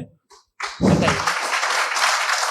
तो अगर गुड एंड इविल दोनों मौजूद है तो ये इविल भी खुदा का बनाया हुआ है? जी हाँ, खुदा का बनाया हुआ है। लेकिन अच्छा, चलो अच्छी बात। जी बिल्कुल, तो बिल्कुल खुदा ने मतलब बनाया। अभी तो ये है कि जो मेजॉरिटी है दुनिया में वो इविल है, तो ये खुदा एक्चुअली इविल के साइड पे लग रहा है मुझे। बिल्कुल भी मैं बता मेजॉरिटी में तो वो है। क्या बात कर रहे हैं भाई आप? मैं बहुत कोई भी जो मुंसिफ होगा, चाहे आपका अपना घर हो जिसके आप सबसे बड़े हैं, चाहे आपकी ऑर्गेनाइजेशन हो जो आप चलाते हैं, वहां पर आप इविल रखेंगे साबित करने को कि बाकी लोग शरीफ हैं? मेरी बात सुनिए। क्या ये आर्ग्यूमेंट ही गलत है? अगर कि जब तक के कोई इविल नहीं होगा तब तक के शरीफ आदमी शरीफ नहीं लगेगा। अगर एग्जामिनर गलत ऑप्शन दे रहा है तो एग्जामिनर इविल नहीं हो गया, जो गलत ऑप्शन को सेलेक्ट कर रहा है वो फेल होगा। क्रिएटर ने इविल को बनाया है लेकिन वो इविल नहीं है। अच्छा सुनिए मेरी बात, let me complete sir. Creator ने इविल को बनाया है टेस्ट के लिए, वो इविल नहीं है। इविल वो होगा जो उसे इख्तियार करेगा। छुरी को बनाने वाला गलत नहीं होता है, छुरी का गलत इस्तेमाल करने वाला गलत होता है। रेप को कैसे गलत इस्तेमाल करते हैं? रेप इंसान के फ्री विल का नतीजा है। ये रेप कैसे गलत इस्तेमाल होता है? ये मुझे अब सुन ले गलत इस्तेमाल होता है। हाँ मैं बता रहा हूँ ना, कैसे गलत मैं बता रहा हूँ कि जो इविल इस दुनिया में मौजूद है उसके कई सारे तरीके हैं। एक तरीका इंसान का अपना फ्री विल है। अब अगर कोई रेपिस्ट रेप कर रहा है तो इसका गॉड का कसूर नहीं है, वो अपने फ्री विल का गलत इस्तेमाल कर रहा है, उसको सजा मिलनी चाहिए। अच्छा, और उसी के लिए जहन्नम बनाई गई है। ये फ्री विल का भी बड़ा चक्कर। आप जब कोई बुरा काम करते हैं, कोई बुराई होती है, तो ये कहा जाता है कि ये फ्री विल है। 7 billion free wills are moving on this planet. 7 billion free will. और एक आदमी अपनी फ्री विल से मुझे कत्ल कर दे तो मैं खुदा की मर्जी से मारा हूं कि इसकी फ्री विल की वजह से? मेरी मौत खुदा के हाथ है या ये फ्री विल वाले के हाथ है? खुदा ने फ्री विल का निजाम बनाया है और उस निजाम का गलत इस्तेमाल करके कोई आपको मार रहा है, इस्तेमाल करके मेरा कत्ल कर देता है। अब मेरी मौत का जिम्मेदार कौन है? वो इंसान जिम्मेदार है। वो इंसान। जी। तो ये कहना कि और उसको सजा मिलेगी। तो अब आप आगे चलिए कि ये तय करना कि अल्लाह ही या अल्लाह ने खुदा ही जिंदगी देता है, खुदा ही मौत देता है, ये गलत है। बिल्कुल गलत नहीं है। हाँ, नहीं, निजाम उसी ने बनाया फ्री विल का। निजाम मौत और हयात का उसी ने बनाया। You are contradicting yourself. अभी आपने कहा कि एक आदमी ने फ्री विल से आपको मार दिया, इसमें उसे फ्री विल दी गई थी, उसने गलत इस्तेमाल किया। 7 billion free wills are moving on this planet और आप चाह रहे हैं कि मैं सिर्फ खुदा का ध्यान करूं। ये 7 बिलियन फ्री विल्स को मुझे लुक आफ्टर करना पड़ेगा कि नहीं? ये तो तबाहियां कर रही हैं और तबाहियां ज्यादा हो रही हैं। बिल्कुल। तो अगर आप बताएं अगर खुदा नहीं है फॉर एग्जाम्पल, तो आप इविल को कैसे डिसाइड करेंगे? यानी how can you define evil objectively without God? देखिए, दुनिया में 2 तरह के जानवर हैं। एक जो अकेले रहते हैं जंगल में और एक जो ग्रुप्स में रहते हैं। ग्रुप में जो भी रहेगा, चाहे वो आपका फाउंडेशन हो, चाहे कोई क्लब हो, चाहे कोई पॉलिटिकल पार्टी हो, चाहे कोई यूनिट हो, उसमें आपको इंटरैक्ट करने के रूल बनाने पड़ेंगे। यानी लोग तय करेंगे। लोग तय करेंगे। अगर लोगों ने ये तय किया कि किसी का रेप करना सही है, आप जस्टिफाई करेंगे? आपका फाउंडेशन तो ये हो गया ना कि लोग ही विल डिसाइड करेंगे। नहीं। अरे दुनिया में ऐसे ग्रुप्स हैं जो रेप को जायज मानते हैं सर्टेन हालात में। मैं डिटेल में नहीं जानूंगा, आप भी जानते हैं। ये जो आईसिस वाले थे जिन्होंने क्या किया था, तो उन्होंने क्या किया उसका खुदा से कोई ताल्लुक नहीं है सर। मैंने सिंपल सवाल किया कि इविल को आप डिफाइन करते कैसे हैं? आइए वापस आइए जी। आप साथ में तभी रह सकते हैं जब कुछ आप ऐसे उसूल डेवलप करें जिसमें हर एक का बेसिक तहफ़्फ़ुज़, हर एक का बेसिक राइट हो और हर एक को कोई आराम मिले। यही तरीका है किसी भी ऑर्गेनाइजेशन जिसमें एक से ज़्यादा लोग हैं। और वो ऐसे चलती है जिंदगी। उसमें अगर आप गड़बड़ करेंगे तो तबाही होगी, नुकसान होगा, बर्बादियां आएंगी। और अगर उसमें आप घर ले लीजिए ना, एक हस्बैंड है, एक वाइफ है, बच्चे हैं, वालदा भी हैं, 2 बहनें भी हैं, एक भाई भी है। अब इसमें कोई निज़ाम आपको चाहिए साथ में रहने का, और एक दूसरे पे भरोसा रहे, एक दूसरे के बहीख्वाह हों, एक दूसरे की मदद करें, ऐसी जिंदगी। सर आपकी बात आ गई, आप ये कह रहे हैं कि लोग डिसाइड करेंगे क्या सही है क्या गलत है, यही है मेजॉरिटी डिसाइड करेगी क्या सही है क्या गलत है? अरे भाई बिल्कुल। मेजॉरिटी अगर ये कहे कि नाजी जर्मनी के साथ जिस तरह मेजॉरिटी थी कि जेनोसाइड करना सही है, आप जस्टिफाई करेंगे? उस वक्त आपका ये उसके बाद क्लोजिंग। हाँ, उस वक्त प्लेनेट पे जो लोग थे, हाँ। उनमें कितने लोग हिटलर को सही समझते? अच्छा, प्लेनेट की मेजॉरिटी तय करेगी, सोसाइटी की नहीं। प्लेनेट की मेजॉरिटी गॉड के एग्जिस्टेंस को सही मानती है, आप क्यों नहीं मानते? ये हेलो ये क्रॉस क्वेश्चन का राउंड यहाँ पर समाप्त होता है। और ये बड़ा अच्छा है कि इस तरह से फ्रेगमेंट कर दिया गया है ताकि जो मरकरी ऊपर जा रहा है नीचे जवाब दे दूं। जी, प्लेनेट की ज्यादातर मेजॉरिटी कुछ दूसरे मजहबों के खुदा को मानती है। आप उन्हें क्यों नहीं, आप तो मेजॉरिटी की बात कर रहे अच्छा हैं। ये क्लोजिंग आप ये कह रहे हैं इविल और गुड को डिसाइड मेजॉरिटी करेगी, मेजॉरिटी जो कर दे वो सही हो जाएगा। क्लोजिंग इसको जैसा आप ही लोगों ने तय किया है उसी फॉर्मेट को फॉलो कर लेते हैं। हाँ भाई, मैंने तो भले लोगों पे एतबार किया और तब मॉडरेशन तय किया। जी, आपके पास 5 मिनट का वक्त है, क्लोजिंग आर्ग्यूमेंट है, उसके बाद हम ऑडियंस से क्वेश्चन आंसर लेंगे जावेद साहब की क्लोजिंग आर्ग्यूमेंट के बाद। ओके, बहुत शुक्रिया जी। हमारा जो टॉपिक है डज गॉड एग्जिस्ट, मैं इस पे इतने एकेडमिक तैयारी करके आया था, मुझे था कि मैंने सोचा था कि कई सारे मैं आर्ग्यूमेंट्स दूंगा, लेकिन वक्त की भी किल्लत और जावेद साहब बार बार इधर उधर चले जा रहे थे तो उसको भी थोड़ा एंटरटेन करना पड़ गया। डज गॉड एग्जिस्ट पे मैं एक ही आर्ग्यूमेंट दे पाया, आर्ग्यूमेंट्स बहुत हैं और डेफिनेटिव आर्ग्यूमेंट्स हैं, और मेरे आर्ग्यूमेंट को किसी एक राउंड में भी इन्होंने एंटरटेन नहीं किया और रेफ्यूट नहीं किया, एक राउंड में भी नहीं, एक राउंड में भी नहीं, और ना ही अभी आपका क्लोजिंग आर्ग्यूमेंट आएगा, नहीं, वो बता देना। Argument of contingency. सर अरे मैं आपसे कई बार कह चुका हूँ कंटीजेंसी का मतलब अब मैं कैसे समझाऊं आपको आपस में? हाँ, आप और कितने आसानी से समझाऊं मैं, मुझे तो नहीं समझ में आ रहा है। आप अपनी आर्ग्यूमेंट ऑफ कंटीजेंसी उर्दू में बोल सकते हैं। हाँ, आप अपनी बात पूरी कर लें जी, आखिरी 4 मिनट। दूसरी चीज, just a minute please ma'am, can I talk? दूसरी चीज ये है कि आपने एक तो इसका जवाब नहीं दिया, दूसरा आपने गॉड के ना होने पर कोई डेफिनेटिव आर्ग्यूमेंट नहीं दिया, सिर्फ मजहब पे बात कर रहे हैं आप। मजहब तो आज हमारा टॉपिक ही नहीं था, आज तो हमारा टॉपिक हो, आप मजहब से ले लेकर आईएस तक चले गए। भाई हमारा क्या ताल्लुक है उससे? We condemn them. और उसका गॉड से क्या ताल्लुक है? अगर कोई गलत काम कर रहा है, किसी ने किसी को कत्ल किया, किसी ने किसी का रेप किया, उसको सजा मिलनी चाहिए। और आपके पास कोई भी rational strong foundation of morality नहीं है। आपने कहा कि मेजॉरिटी तय करेगी सोसाइटी की, वो सही होगा। मैंने कहा हिटलर को फिर आप सही कहेंगे, नहीं, प्लैनेट की सोसाइटी की मेजॉरिटी तय करेगी। तो प्लैनेट की मेजॉरिटी गॉड के एग्जिस्टेंस को मानती है, आप कह रहे हैं ये रिलीजियस है। तो यानी आपके पास कोई स्ट्रॉन्ग फाउंडेशन नहीं है ऑब्जेक्टिव मोरालिटी का। ऑब्जेक्टिव मोरालिटी का अगर कोई फाउंडेशन है तो वो सिर्फ गॉड है, गॉड है, गॉड है। थैंक यू जी। ये मुफ्ती शमाइल नदवी साहब का क्लोजिंग आर्ग्यूमेंट था। अब हमारे पास जी ये बड़ा अच्छा है कि दोनों लोगों को मॉडरेटर से शिकायत भी और बोल रहे भाई हमारी शाबाशी भी तो करते चलो। अब मेरी बात जी, आपके पास जावेद अख्तर साहब 5 मिनट का वक्त है, ये आपका क्लोजिंग आर्ग्यूमेंट है, टाइम रीसेट कर दें। जी देखिए, बहुत सारी बातें हैं। गॉड का डेफिनेशन दुनिया के किसी भी रिलीजन में है कि वो ओमनीपोटेंट है, ओमनीप्रेजेंट है, he is just, he is kind, he loves you and so on. मैं जब दुनिया देखता हूँ तो मुझे कोई ऐसा सुप्रीम पावर यहाँ दिखाई नहीं देती है जो इंसान की बहबूदी के लिए कुछ कर रही हो, कमज़ोर को बचा रही हो, मदद कर रही हो, जालिम को पीछे हटा रही हो। मैं नहीं देखा, तारीख में नहीं। एक तो अगर है और ये देख रहा है तमाशा, तो उसका होना न होना बराबर है। दोयम ये कि ये जो है, जब आप ये कहते हैं कि कायनात जिसकी कंटीजेंसी है, मैं देखिए वो लफ्ज इस्तेमाल किया मैं, तो ये कैसे हो सकती है भाई? और फौरन आप सरेंडर कर देते हैं कि जाहिर है कि इसका बनाने वाला तो इससे 10,000 गुना था तो कॉम्प्लिकेटेड होगा, उस पर आपके होने पे कोई इतराज नहीं है।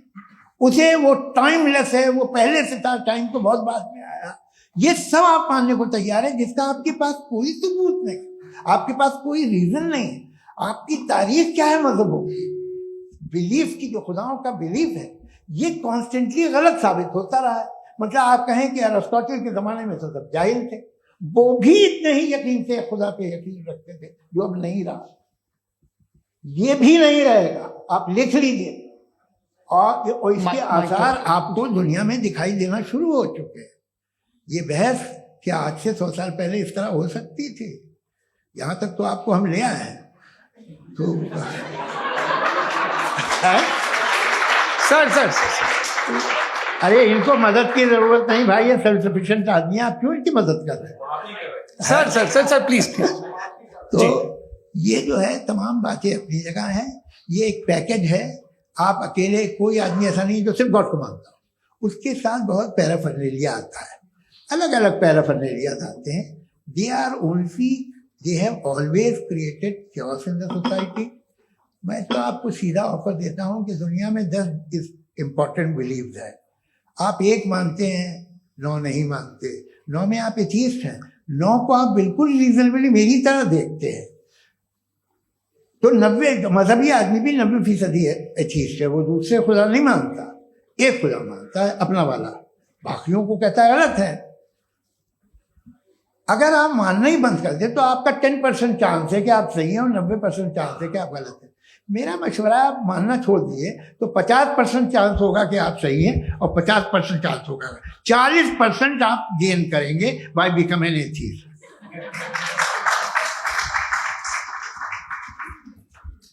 ये एक फरसूदा ख्याल है, ये खत्म हो रहा है। हो सकता है मेरी जिंदगी में ना हो, लेकिन ये हो जाएगा। जो बातें ये इनको आप मेटाफिजिकल, ये वो ऐसे रिस्पेक्टेबल टर्म दे दिए, ये तो उन लोग के हैं जिन्हें ना फिजिक्स मालूम थी ना मेटा मालूम था, ये उन्होंने आपको दिए हैं। जी बहुत शुक्रिया आप दोनों लोगों का। और अब इस बातचीत का आखिरी राउंड शुरू होगा, डज गॉड एग्जिस्ट की ये बहस मुफ्ती शमाइल नदवी और जावेद अख्तर साहब के बीच। आप लोग अपने अपने हाथ ऊपर करेंगे, मैं यहाँ से तय करूंगा। और माइक हमारे पास है क्या? एक ही माइक है ऑडियंस के लिए? 2 माइक है, एक इस तरफ एक इस तरफ, ठीक है। तो जी सबसे पहले हमारी सहयोगी है मारिया शकील जी, पूछिए सवाल। थोड़ा सा रुकेंगे ताकि कैमरे का फ्रेम आप पर आ जाए, आपकी तो प्रैक्टिस है टीवी की। जी नदवी साहब, मैं खुदा को मानती हूँ, पहले मैं इसी प्रमाइस से शुरू कर रही हूँ और ये बता रही हूँ आपको, मैं मानती हूँ, लेकिन कुछ सवाल हैं जो जावेद साहब ने उठाया, उसका जवाब आपको देना चाहिए। पहला सवाल ये कि गजा में सालों से छोटे बच्चे मर रहे हैं, वो उनको, अगर खुदा मर्सीफुल है, हम मानते हैं कि अल्लाह ताला में बहुत ताकत है, तो वो बच्चे क्यों मर रहे हैं? दूसरी बात ये कि अगर कंटिजेंसी की जो आप बात करते हैं, पूरे मुस्लिम ममालिक मिल करके भी उन गजा के बच्चों को क्यों नहीं बचा पा रहे हैं? क्योंकि अगर वो चाहते, क्योंकि अल्लाह ताला उन पर हुकूमत करते हैं, सब पर हुकूमत करते हैं, तो वो उनको क्यों नहीं बचा? जी थैंक यू वेरी मच। बहुत अच्छा किया आपने इस चीज को जिक्र कर दिया, मैं इसको और अच्छे से एक्सप्लेन करने की कोशिश करता हूं। देखें, जहां तक आपने कहा कि गजा के बच्चों को मारा जा रहा है, देखें 2 वर्ल्ड व्यू है, एक एथीस्टिक वर्ल्ड व्यू, एक थीस्टिक वर्ल्ड व्यू है। बच्चे मर रहे हैं दोनों वर्ल्ड व्यू में, लेकिन हमारा वर्ल्ड व्यू कह रहा है कि रिकॉम्पेंस है, ये कह रहे हैं कि उनका मरना बेकार जाने वाला है, कोई उसका रिकॉम्पेंस नहीं है, चूंकि इनके यहाँ आखिरत और अल्लाह का कोई तसव्वुर या गॉड का कोई तसव्वुर नहीं है। आपने ये सवाल किया कि गॉड मर्सीफुल है, क्यों नहीं रोकता? ये मैंने बताया कि ये मिसकंसेप्शन है लोगों के दरमियान कि गॉड को सिर्फ मर्सीफुल और ओमनीपोटेंट समझते हैं। गॉड के सिर्फ यही 2 एट्रीब्यूट्स नहीं हैं, गॉड के कई सारे एट्रीब्यूट्स हैं, उनमें से अल हकीम भी है, उनमें से ऑल वाइज भी है, ऑल नोइंग भी है। लिहाजा अगर इस दुनिया में किसी को तकलीफ आ रही है और गॉड उसको नहीं रोक रहा है, वो इसलिए नहीं रोक रहा है चूंकि इंसानों को फ्री विल दिया गया है। ठीक इसी तरीके से अगर एक डॉक्टर किसी छोटे बच्चे को इंजेक्शन लगा रहा है, उसे तकलीफ पहुंच रही है, उसके लिमिटेड पर्सपेक्टिव के एतबार से ये गलत हो रहा है और डॉक्टर बुरा है, लेकिन जब आप ब्रॉडर पिक्चर को देखेंगी, आपके और हमारे पास सिर्फ एक पिक्सल है, हमें इतना नजर आ रहा है कि गजा में कत्ल हो रहा है, लेकिन इसके पीछे कितना रिकॉम्पेंस उनको मिलने वाला है, पूरा पिक्चर गॉड के पास है। तो एक पिक्सल से आप पूरे पिक्चर को कभी भी जज नहीं कर सकती। आप इसमें कुछ जोड़ना चाहेंगे? आपको कुछ बोलना है इसमें? भैया आपने बहुत अच्छा जस्टिफिकेशन दिया। या आप वो जो वहाँ के प्राइम मिनिस्टर इजराइल के उन्हें भेजिए, वो बहुत खुश होंगे। आप जस्टिफिकेशन दे देना कि अगर गॉड नहीं है तो बच्चे क्यों मर रहे हैं, आप बताएं। वो ये सवाल पूछ रहे हैं कि अगर आप ईश्वर का अस्तित्व नहीं मानते हैं तो उन बच्चों की मौत को आप कैसे इंटरप्रेट करते हैं? भाई ये दुनिया जो है, जो ताकतवर लोग होते हैं वो एक नाइंसाफी करते हैं। तो ये अच्छा काम है आपके नजदीक, तो नेचर नाइंसाफी पे मबनी है। अरे मेरे भाई, आप नेचर की कहाँ बात कर रहे हैं, तो इंसान की बात कर रहे हैं। तो फिर जब मैं इंसान की बात कर रहा था, आप नेचर की बात करने लग क्रॉस गए। एग्जामिनेशन नहीं। हाँ, अब आप मुझे बोलने नहीं देंगे तो अलग बात है, आप बोलिए, मैं मुझे कोई जी नहीं, ये क्रॉस एग्जामिनेशन है। मुझे बोल तो लेने दीजिए। जी बोलिए। ठीक है। बात ये है कि ह्यूमन सोसाइटी तभी साथ में रह सकती है जब वो मोहब्बत से, एकता से, एक दूसरे के एहतराम करके रहे। इसके अलावा पॉसिबल नहीं है, अकेले तो इंसान रह नहीं सकता। वहाँ पर कुछ लोग हैं जो फाउल करते हैं। वो फाउल हम हमेशा से तारीख में होता आया है। आज ये हो रहा है, जो हो रहा है बहुत बुरा हो रहा है, बहुत जालिमाना है, बहुत जाबराना है। उसको आप कहें कि ये बच्चों को कॉम्पनसेशन मिल जाएगा या इसकी इंजेक्शन है, इंजेक्शन तो हेल्थ के लिए दिया जाता है। आप ये कह रहे हैं कि ये बच्चों की जो धज्जियां उड़ रही हैं ये इंजेक्शन है, ये टेस्ट है, ये टेस्ट है, और उस टेस्ट में उनको ऐसा रिकॉम्पेंस मिलेगा जो आपके तस्वुर के बाहर है। ये आप 3 बरस के बच्चे को बारूद से उड़ा के टेस्ट ले रहे हैं। वाह, वो नहीं ले रहा है, खुदा नहीं उड़ा रहा है, इजराइल उड़ा रहा है। जी, ये तो उसको कंडेम करें। अगला सवाल लेते हैं प्रोफेसर पुरुषोत्तम अग्रवाल। मुफ्ती साहब, एक निवेदन आपसे है कि कम से कम थोड़ा सा माइक क्लोज एक रिलीजियस और फिलोसफिकल कर मैं प्लीज। एक रिलीजियस और फिलोसफिकल ट्रेडिशन है जो ब्रह्मांड को यानी यूनिवर्स को ही अंतिम मानती है। सर्वम खलु इदम ब्रह्मम, this is Chandogya Upanishad, and it completely rules out the existence और नेसेसिटी, आपके शब्दों में necessity of a creator. The creation itself is the creator. तो एक मिनट प्लीज। दूसरा जो सवाल आपने अभी, जो आप बार बार कह रहे हैं कि भगवान विद्वान भी है, वाइज, सब जानने वाला, तो अगर विजडम में दुनिया भर के पापों और अत्याचारों को बर्दाश्त करना शामिल है, तो फिर इसका मतलब यह हुआ कि अगर मैं फ्री विल से उसको अपोज करता हूं तो ईश्वर की विजडम और मेरी फ्री विल में कॉन्ट्राडिक्शन है। Because when I am opposing whatever is happening in Gaza, then I am opposing the God's will और गॉड्स विजडम। जवाब लेते हैं तो गॉड की विजडम, एक मिनट सर प्लीज सर, ये एक जुमला। गॉड की विजडम है कि गाजा में जो कुछ हो रहा है वो हो रहा है, मैं उसको अपोज कर रहा हूं, तो मैं गॉड की विजडम के खिलाफ जा रहा हूं। एक सवाल। दूसरा ये नहीं, आपने 2 ऑलरेडी। सर आप और सवाल कर लें, लेकिन मुझे 2 जवाब दे। पहले आपने ये कहा, सुनिए मेरी बात सुनिए। इजराइल के गॉड के मुताबिक तुम्हारा ठीक हो रहा है ना? नहीं हो रहा है, ठीक नहीं हो रहा है। मैं बता रहा हूँ क्या हो रहा है, आप तशरीफ रखें, मैं बता रहा हूँ क्या हो रहा है। Let me complete please. एक सेकंड। ये देखिए, ऐसा है कि ये सब बड़ा आपस में विचार विमर्श के बाद ये तय हुआ था कि कुछ नियम बना लिए जाएं ताकि एक टाइम बाउंड बातचीत चले। और भाई साहब, आप बड़ा जरूरी काम कर रहे हैं लेकिन कैमरे के फ्रेम में आके उस काम को गड़बड़ कर दे रहे हैं। ठीक है गुरु, अब मेरे को कहीं का गुस्सा कहीं निकालना था, सॉरी। नहीं, कोई गुस्सा नहीं है जी। तो प्रोफेसर ने सवाल पूछे, आप उनके जवाब दें। और थोड़ा ये सब लोग थोड़ा ख्याल रखें भाई, सवाल संक्षिप्त रखें जी। आपने 2 सवाल किए। सबसे पहला ये कहा कि हमारे पास ये कॉन्सेप्ट है कि ये यूनिवर्स खुद नेसेसरी बीइंग है, creation itself is the creator. How irrational is this कि मैं एग्जिस्ट करूंगा बाद में, लेकिन अभी एग्जिस्ट कर भी रहा हूं, यानी एक ही टाइम में एग्जिस्ट भी कर रहे हैं, नहीं भी कर रहे हैं। This is not true. दूसरी चीज आपने कहा कि अगर इजराइल में, सॉरी माफ कीजिएगा, Israel doesn't exist, occupied Palestine में अगर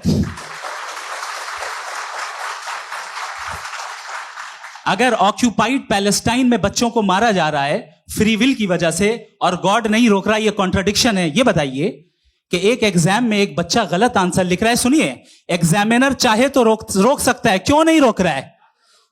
ये कॉन्ट्रडिक्शन है, ये कॉन्ट्रडिक्शन नहीं है। नहीं सर, ये आपस में जी, ये क्या आपका सवाल?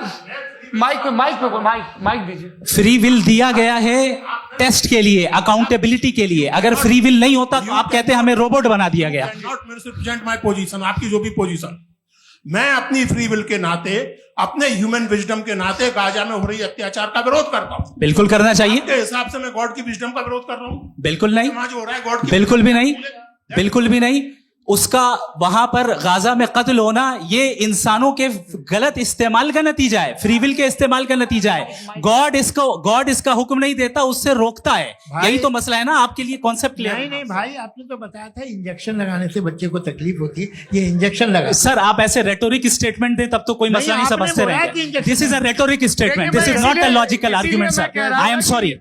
आखिरी 30 मिनट बड़े मुश्किल होने वाले हैं। जी, मुफ्ती साहब आगे बैठे हैं, इनको माइक दीजिए।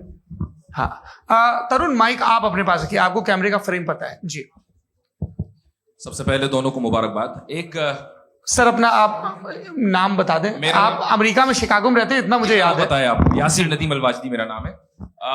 जावेद सर, आपसे क्वेश्चन है इन्फिनिट रिग्रेस के ताल्लुक से। एक हाइपोथेटिकल सिनेरियो है, मसलन अगर आप सर माइक थोड़ा सा प्लीज क्लोज रखिए। जी, अगर आप शायर इसलिए हैं कि आपके कोई उस्ताद शायर थे, और वो इसलिए शायर थे कि उनके कोई उस्ताद शायर थे, और इसी तरीके से हम माजी में पीछे चलते चलते चले जाएं और कहीं ना रुके, तो माफ कीजिएगा आप कभी शायर नहीं हो सकते। लेकिन आप शायर हैं, आपका शायर एग्जिस्ट करता है, इसका मतलब यह है कि आप कहीं ना कहीं रुके हैं। तो मेरा सवाल यह है कि क्या आप इन्फिनिट रिग्रेस ऑफ कॉजेस को लॉजिकल फैलेसी मानते हैं या नहीं मानते? हाँ या ना? मैं इन्हें लॉजिकल फैलेसी नहीं मानता हूँ, लेकिन मेरा प्रॉब्लम यह है कि जब मैं नहीं मानता हूँ तो I will continue with this logic जो फैलेसी नहीं हो। आप एक जगह रुक जाते हैं जाके, आप कहते हैं ये गेंद कैसे बनी, ये जजीरा कैसे बना, ये समंदर कैसे बना, ये जमीन कैसे बनी, और अचानक गॉड पे जाके आपको ब्रेक लग जाता है। एक बार आप सवाल नहीं करते कि भाई इनको बनाने वाला तो इनसे भी कॉम्प्लिकेटेड होगा, वो कैसे बना, उसके बारे में आपने इत्मीनान कर लिया वो हमेशा से। तो अगर आप उसे हमेशा से मानते हैं तो फिर ये मान लीजिए कि कायनात हमेशा से, क्या तकलीफ हम वजूद में नहीं आते जी है? हम मौजूद नहीं। अच्छा सर क्यों नहीं हो मैं सकते? बताऊं प्लीज। मैंने मिसाल दी आपके शेर, आपका शेर कभी वजूद में ना आता अगर शायर इसी तरह चलते रहे हमेशा। जी, माइक मेरे ख्याल से एक सेकंड। इन्फिनिट रिग्रेस का कॉन्सेप्ट क्लियर नहीं हो पाया। सर रहने दें, लेट्स मूव ऑन। ठीक है। हाँ, थोड़ा सा मॉडरेटर का भी ख्याल रखें। नहीं आपने तो रखा है, आपने रखा है। यहाँ पे गौहर रजा साहब हैं, वो भी एक सवाल पूछना चाहते हैं। माइक नीचे से ऑन कर दिए, नीचे। पहले तो ये कह दूं कि मैं उन बच्चों से शर्मिंदा हूं जिनको गजा में कत्ल किया गया, क्योंकि हमारे होते हुए कत्ल किया गया। लेकिन उससे ज्यादा शर्मिंदगी इस बात से हुई कि मुझे लगा कि मुफ्ती साहब उसको जस्टिफाई कर रहे हैं। बिल्कुल भी नहीं। आप बहुत ही गलत, मुझे लगा मैं गलत हो सकता हूं। बिल्कुल गलत मैं है। सवाल पूछ रहा हूं, सवाल मैं देखिए, सवाल अगर पूछ रहा हूं। एक मैं जावेद भाई से डिसएग्री करता हूं। एक सेकंड देखिए, अगर देखिए ऐसा एक सेकंड आप सर वेट अरे आप कुछ मेरे पहले मुझे अपनी बात क्या लेने दीजिए। अगर ऑडियंस तय करेगी तो फिर मॉडरेटर का मतलब नहीं। मेरा आप सबसे ये कहना है, ये बहस दो लोगों के बीच में है, एक तरफ मुफ्ती साहब, एक तरफ जावेद साहब। पिछले 1.5 घंटे से ये लोग अपने अपने तर्क रख रहे हैं। आपकी इनसे इत्तेफाकी हो सकती है, ना इत्तेफाकी हो सकती है। मेरे उस्ताद मुझे सिखा गए हैं कि मुखामुखम में असहमति की गुंजाइश बची रहनी चाहिए। अगर मैं आपकी बहुत इज्जत करता हूं गौहर साहब, आपने जो कमाल की किताबें लिखी, साइंटिफिक टेम्परामेंट, लेकिन मेरी ये गुजारिश है आप सबसे कि यदि आप इन लोगों ने जो बोला उन पर टिप्पणियां करेंगे तो ना वक्त की पाबंदी रहेगी ना वो अनुशासन। आप सवाल पूछ लें, उस सवाल में जो बात आ जाए वो आ जाए। मैं जावेद साहब से डिसएग्री करता हूं, इसलिए जावेद साहब से सवाल पूछ रहा हूं। आपका सवाल जावेद अख्तर साहब से। और सवाल यह है मेरा कि जावेद साहब ने कई बार लॉजिक का इस्तेमाल किया कि साइंस में लॉजिक है और रिलीजन में लॉजिक नहीं है। मेरा ख्याल यह है कि रिलीजन में भी लॉजिक है, लेकिन उस लॉजिक की बेसिस ये है कि आप रुक जाते हैं, जिसका जिक्र जावेद साहब ने बार बार किया, यानी खुदा के तसव्वुर पे आते हुए, गॉड के तसव्वुर पे आते हुए रुक जाते हैं। और इसमें सवाल पूछना मतलब फॉरबिडन होता है। सवाल यह है कि क्या जावेद साहब इससे अग्री करते हैं कि साइंस की लॉजिक अलग है और रिलीजन की लॉजिक अलग है। बताइए सर। देखिए, 3 चीजें हैं, साइंस है, एक है मंतिक है, इस्तिदलाल है, और एक जो है कुछ भी नहीं है, फेथ है, अकीदा है। मैं अकीदे की लॉजिक का कायल नहीं हूँ। मुझे आप इस्तिदलाल से, लॉजिक से, रीजन से समझाइए, मैं मानने को तैयार हूँ, मेरा क्या नुकसान होगा। लेकिन ये कि अकीदे पे मैं नहीं जा सकता हूँ। अकीदे का मतलब है कि तुम ये मान लो, सवाल ना करो, ये नहीं। आप सारी बातें करके, बड़ी साइंटिफिक बातें करके एक जगह जाके खुदा के हुदूद पे रुक जाते हैं, सरेंडर कर देते हैं। मैं सरेंडर करने को तैयार नहीं। That's all. जी, ये आगे सर बैठे हुए हैं, इनको माइक दीजिए। भाई वो आप पूछना चाह रहे थे ना भाई? हाँ, नहीं मैं ये थैंक यू जी। आपका नाम? आसिम इफ्तिखार। आसिफ जी, पूछिए। सर, जावेद सर से सवाल है कि आपने माइक थोड़ा करीब है। अपने क्लोजिंग स्टेटमेंट में ये बात कही थी कि मजहब का जो फ्यूचर है वो ज़्यादा दिन नहीं जाने वाला है, लेकिन मैं देख पा रहा हूँ कि जो ऑक्सफोर्ड यूनिवर्सिटी की एक स्टडी है 2011 में हुई है, जिसके 50 एकेडमिशियंस ने इसको अंजाम दिया था, उसमें वो ये कहते हैं कि जो फेथ इन गॉड है वो इनबिल्ट है ह्यूमन नेचर के अंदर, जिसको हम कहते हैं फितरत के अंदर शामिल है वो। और वो ये कहते हैं कि अगर कोई ये समझता है कि मजहब को वो ख़त्म कर देगा तो ये उसकी गलत फहमी है। तो आप इसके बारे में, इस स्टडीज़ के बारे में क्या कहते हैं? ठीक है, मैं उनसे एग्री नहीं करता हूँ। वो कौन से प्रोफेसर होंगे? ऐसा उनके क्या पास डेटा है, इन्होंने डेटा के बेसिस होगा। डेटा क्या हो सकता है? फ्यूचर का डेटा तो नहीं हो सकता ना उनके पास, प्रेजेंट का डेटा हो सकता है।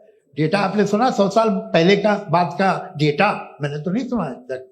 तो आज उनकी ये राय है और हो भी रहा है, ठीक है। दुनिया में तरह तरह की राय है लोग, लेकिन मैं समझता हूँ कि वक्त के साथ इंसान ज़्यादा से ज़्यादा रीजनेबल और लॉजिकल होता जा रहा है। आज आप देखिए वेस्टर्न यूरोप में क्या परसेंटेज है नॉन बिलीवर्स की, बहुत हाई। वहाँ चर्च खाली पड़े होते हैं। तो अल्टीमेटली तो इंसान कोई ऐसी बात बहुत अरसे तक नहीं मान सकेगा, चाहे गलत या सही, जो उसे, उसके दिमाग को, उसके जहन को, उसकी लॉजिक को अपील न करे। वो कह रहे हैं तो ऑक्सफोर्ड के होंगे, तो कैम्ब्रिज के होंगे, मुझे क्या लेना देना। उनका डेटा मुस्तकबिल का नहीं हो सकता है। जी। दीपक, हाँ पूछिए। मैं आऊंगा, अभी पीछे की साइड भी आऊंगा, माइक वहीं भेजूंगा 2-3 साल के लिए। जी जावेद साहब, आपसे सवाल है। नमस्ते। अरे भाई सर, अगर आप ही लोग को तय करना है तो फिर 200 लोग तय कर लें। नहीं sir, please don't do this sir. Everybody has a right sir, but we can only take selected questions. No sir, अरे ये भाई, यंग लोग भी हैं तो इनकी ये अब उतने यंग, भाई आप यंग हैं कि नहीं हैं? वो कह रहे हैं वो भी यंग हैं साहब, आप उनकी नौजवानी पर दावा उनको ही करने दें। हाँ मुफ्ती साहब, आप यंग, हाँ पूछे। अरे भैया सर, मेरा सवाल ये है। कुछ इनसे भी तो पूछो। जी नहीं, बस आपसे एक सवाल है। जैसे थीस्टों के पास, अपने जो ईश्वर को मानते हैं, उनके पास अपने सोशल गेट टुगेदर्स हैं। 5 रोजा क्रिसमस आने वाला है, होली है, दिवाली है, ईद है। एथिस्ट क्या ऑफर कर रहे हैं? मतलब मैं इनकी दुकान से बोलूं, मैं आना चाहता हूं उस तरफ, पर मैं अट्रैक्ट नहीं हो पा रहा हूं। मैं सोशल गेट टुगेदर्स क्या है आपके पास? वो ये कह रहे हैं कि जो धार्मिक लोग हैं, अलग अलग धर्म के लोग, उनके उत्सव त्योहार, कॉन्ग्रेगेशन बहुत हैं। अब आपको मैं एक सुनाता हूँ, यहाँ हिस्टोरियन भी बैठे हैं। मृदुला जी, आप बताइएगा सही है क्या? ये एक कॉन्स्टेंटाइन, एक ग्रीक रोमन बादशाह था, जो क्रिश्चियनिटी आने के 400 साल बाद उसने डिसाइड किया कि मैं क्रिश्चियन हो जाऊंगा, मेरी पूरी स्टेट कैंसिल हो जाएगी। उस जमाने में ऐसे ही होता था, राजा जो धर्म इख्तियार करता था वो जनता भी कर लेती थी।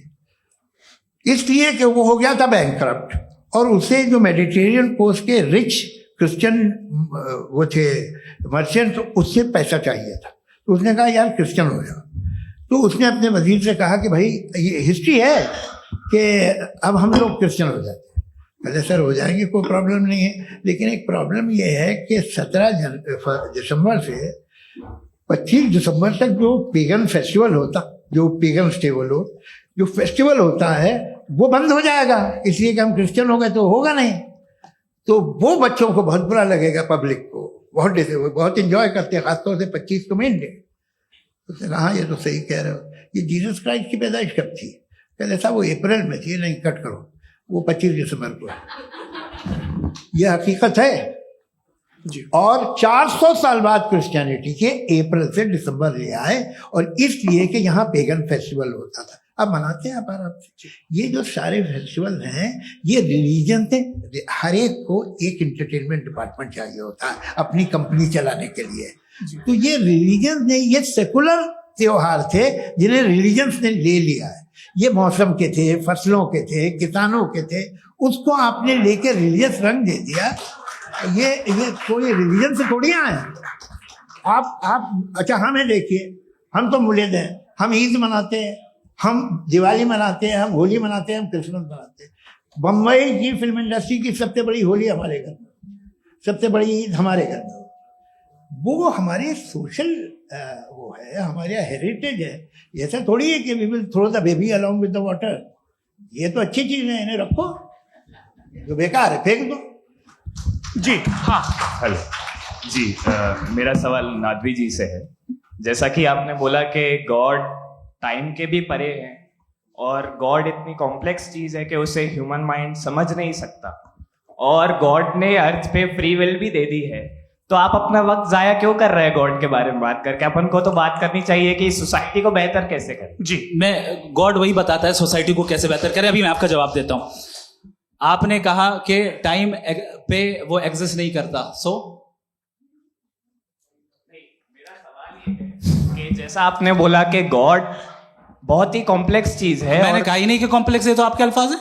कॉम्प्लेक्स का लफ्ज गॉड के लिए सुइटेबल नहीं है। क्यों? क्योंकि कॉम्प्लेक्स वो चीजें होती हैं जो ऑब्जेक्ट हो। God is not an object जिसको आप इंस्ट्रूमेंट के जरिए लेबोरेटरी में जाके टेस्ट करें, oh it's very complex. No, वो कोई कार का इंजन नहीं है। मेरा वो फिलोसॉफिकली नेसेसरी बीइंग ऐसी बीइंग है जो सिंपल बीइंग है। हाँ, आप उसको मुकम्मल तौर पे उसकी तमाम हिकमतों को जान ले और हर चीज को जान ले, ये पॉसिबल नहीं है, क्योंकि वो ऑल वाइज है, आप ऑल वाइज नहीं है, और वो खुदा है, वो आपको सारी चीजें बता दे, ये जरूरी नहीं।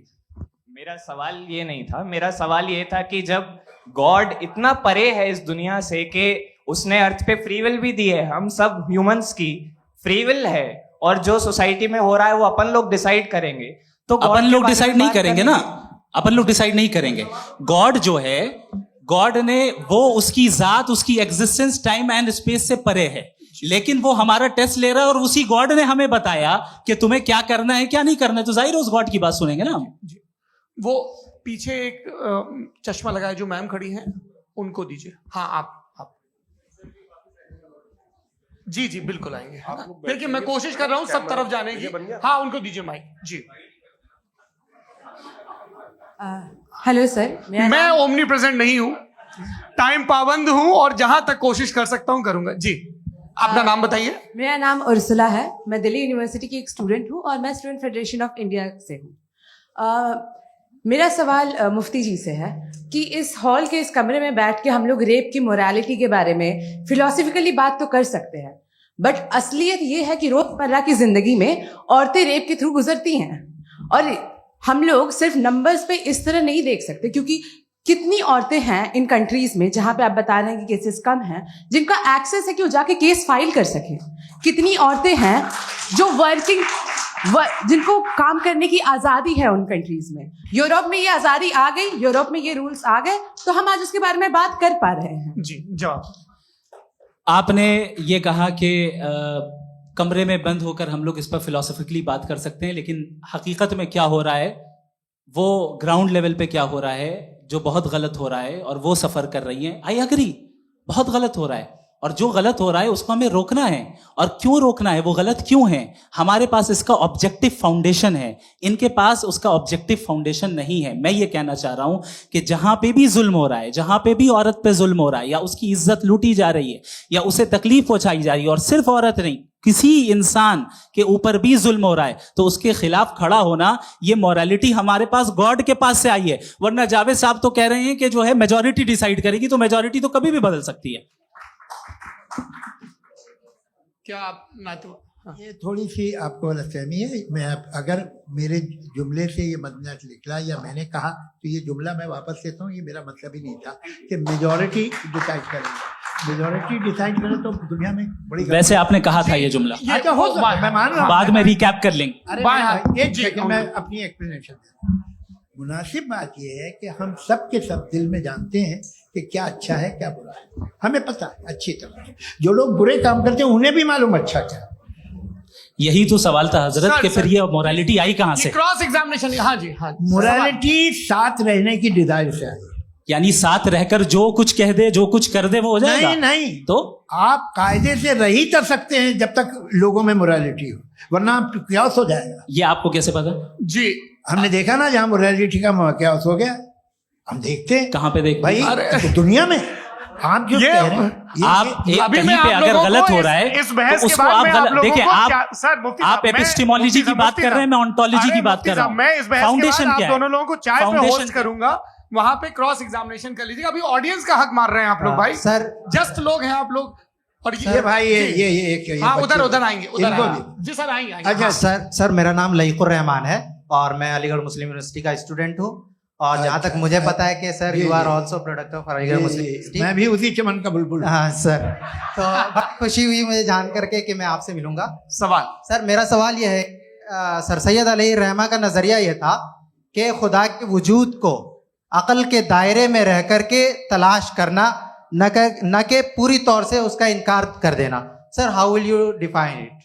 नहीं तो ये तो आप इन्हें बताइए। ये सर, असल सवाल में रह आपसे। के खुदा का वजूद साबित कर रहे हैं। नहीं तो सर आपने सर सैयद इनकार ने कर रखा है, इस वजह से मेरा क्वेश्चन उन्होंने यही सर एक सेकंड, सर सैयद ने यही कहा ना कि जी। अकल से आप खुदा के वजूद को हाँ। साबित नहीं कर सकते, यही कहा ना भाई। वो उन्होंने कहा कर सकते हैं और वो कर दिया गया आज।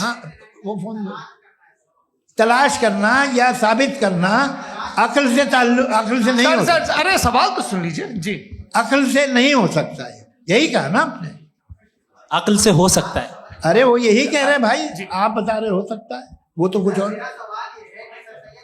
आप अगर सर देखो नौजवान फोन ले लो, इतनी कमाल की यूनिवर्सिटी है। अरे भाई दे दो मेरी ना बात जरा तो- एक मिनट, अरे दे दो मेरे भाई माइक। मेरी बात सुनो, नहीं, माइक मैं पे समझ- बोलो ताकि जो लाखों लोग देख रहे हैं। माइक दे दो ना। अरे देंगे ना माइक, तुम ठहरो तो। हाँ सर मेरा सवाल ये था कि सर सैयद अलैहि रहमा का एक नजरिया था अपना कि खुदा का जो वजूद है उसको अकल के दायरे में रह करके तलाश करना है, न कि पूरे तौर से इनकार कर देना है। ये उनका कॉन्सेप्ट था। लेकिन मेरा सवाल ये है कि आप इसको कैसे डिफाइन करते हैं, एक्सप्लेन कैसे करेंगे? मैं आपसे जानना चाहता हूँ, क्योंकि you are the product of Aligarh Muslim university. मुझे अकल के दायरे में रख के मैंने बहुत तलाश की, मुझे मिला नहीं। हाँ ये इधर उधर वो चश्मा लगाए जो, हाँ उनको दे दिया। जी जी फटाफट पूछिए, बस 5 मिनट है, 5 मिनट में खत्म हो रहा है। हाँ अस्सलाम वालेकुम मुफ्ती साहब। एंड मेरा सवाल जावेद अख्तर साहब से। क्या नाम है आपका? अरे भैया सब मुझे पूछ रहे हो यार। हाँ। फैज पूछिए फैज साहब। तो मेरा सवाल ये है कि अभी जो एथियस्ट है वो problem of evil argument use कर रहे हैं अगेंस्ट मुस्लिम्स, राइट? कि इस दुनिया में इतना सारा इविल है और अगेंस्ट मुस्लिम तो यहाँ अगेंस्ट थियस्ट। हाँ थोड़ा सा करेक्ट कर लीजिए भाई, पूरी मशक्कत ही इसी बात की थी कि किसी एक मजहब पे बात न टिके। जी, तो बेसिकली ये आर्गुमेंट ऐसा है कि इस दुनिया में इतना ज्यादा इविल एग्जिस्ट करता है और अगर एक ऑल गुड गॉड है तो वो रोकता क्यों नहीं है? लेकिन इस सवाल में एक हिडन अजम्पशन ये है कि इस दुनिया में इविल एग्जिस्ट करता है। अब एथियस्ट ये कैसे ऑन्टोलॉजिकली प्रूव कर सकते हैं कि इस दुनिया में इविल एग्जिस्ट करता है? मैं आपको बताता हूँ, थोड़ा सा समझा। नहीं सर हम लोग इनको सुनने आए। नहीं please don't do that. I want to explain ontologically. नहीं हम समझ गए सर, इनको अब जवाब देने दीजिए। अच्छा सवाल पूछ लो। मैं अभी तक क्या था वो मैं थोड़ा सा ऐड ऑन कर लेता हूँ। तुम गुरु, तो हम जब इसका राउंड 13 करेंगे ना तब तुमको स्टेज पे बिठाएंगे। जी तो हाँ जल्दी से। तो देखिए एथियज्म के हिसाब से सब कुछ रैंडमली बन गया है, सब कुछ एटम्स और मॉलिक्यूल्स है। एक पत्थर में और मुझ में सिर्फ इतना फर्क है कि हम लोग एटम्स और मॉलिक्यूल्स का अलग अलग रीअरेंजमेंट है। अब एक पत्थर को कोई इंसान तलवार से 2 टुकड़ों में काट दे या मुझे, according to atheism it is same. There is no evil and good according to atheism. जी अच्छा फैज साहब का सवाल ये है कि हाँ कोशिश भी करते तो इससे गलत सवाल नहीं कर पाते। एक लाइफ फॉर्म है और लाइफ फॉर्म में फीलिंग है, मतलब लाइफ फॉर्म सुनता है, देखता है, टेस्ट कर सकता है, फील कर सकता है। तो उसकी जो ये जो क्वालिटी इस बबल में आ गई है वो जानवर में भी है, इंसान में भी है।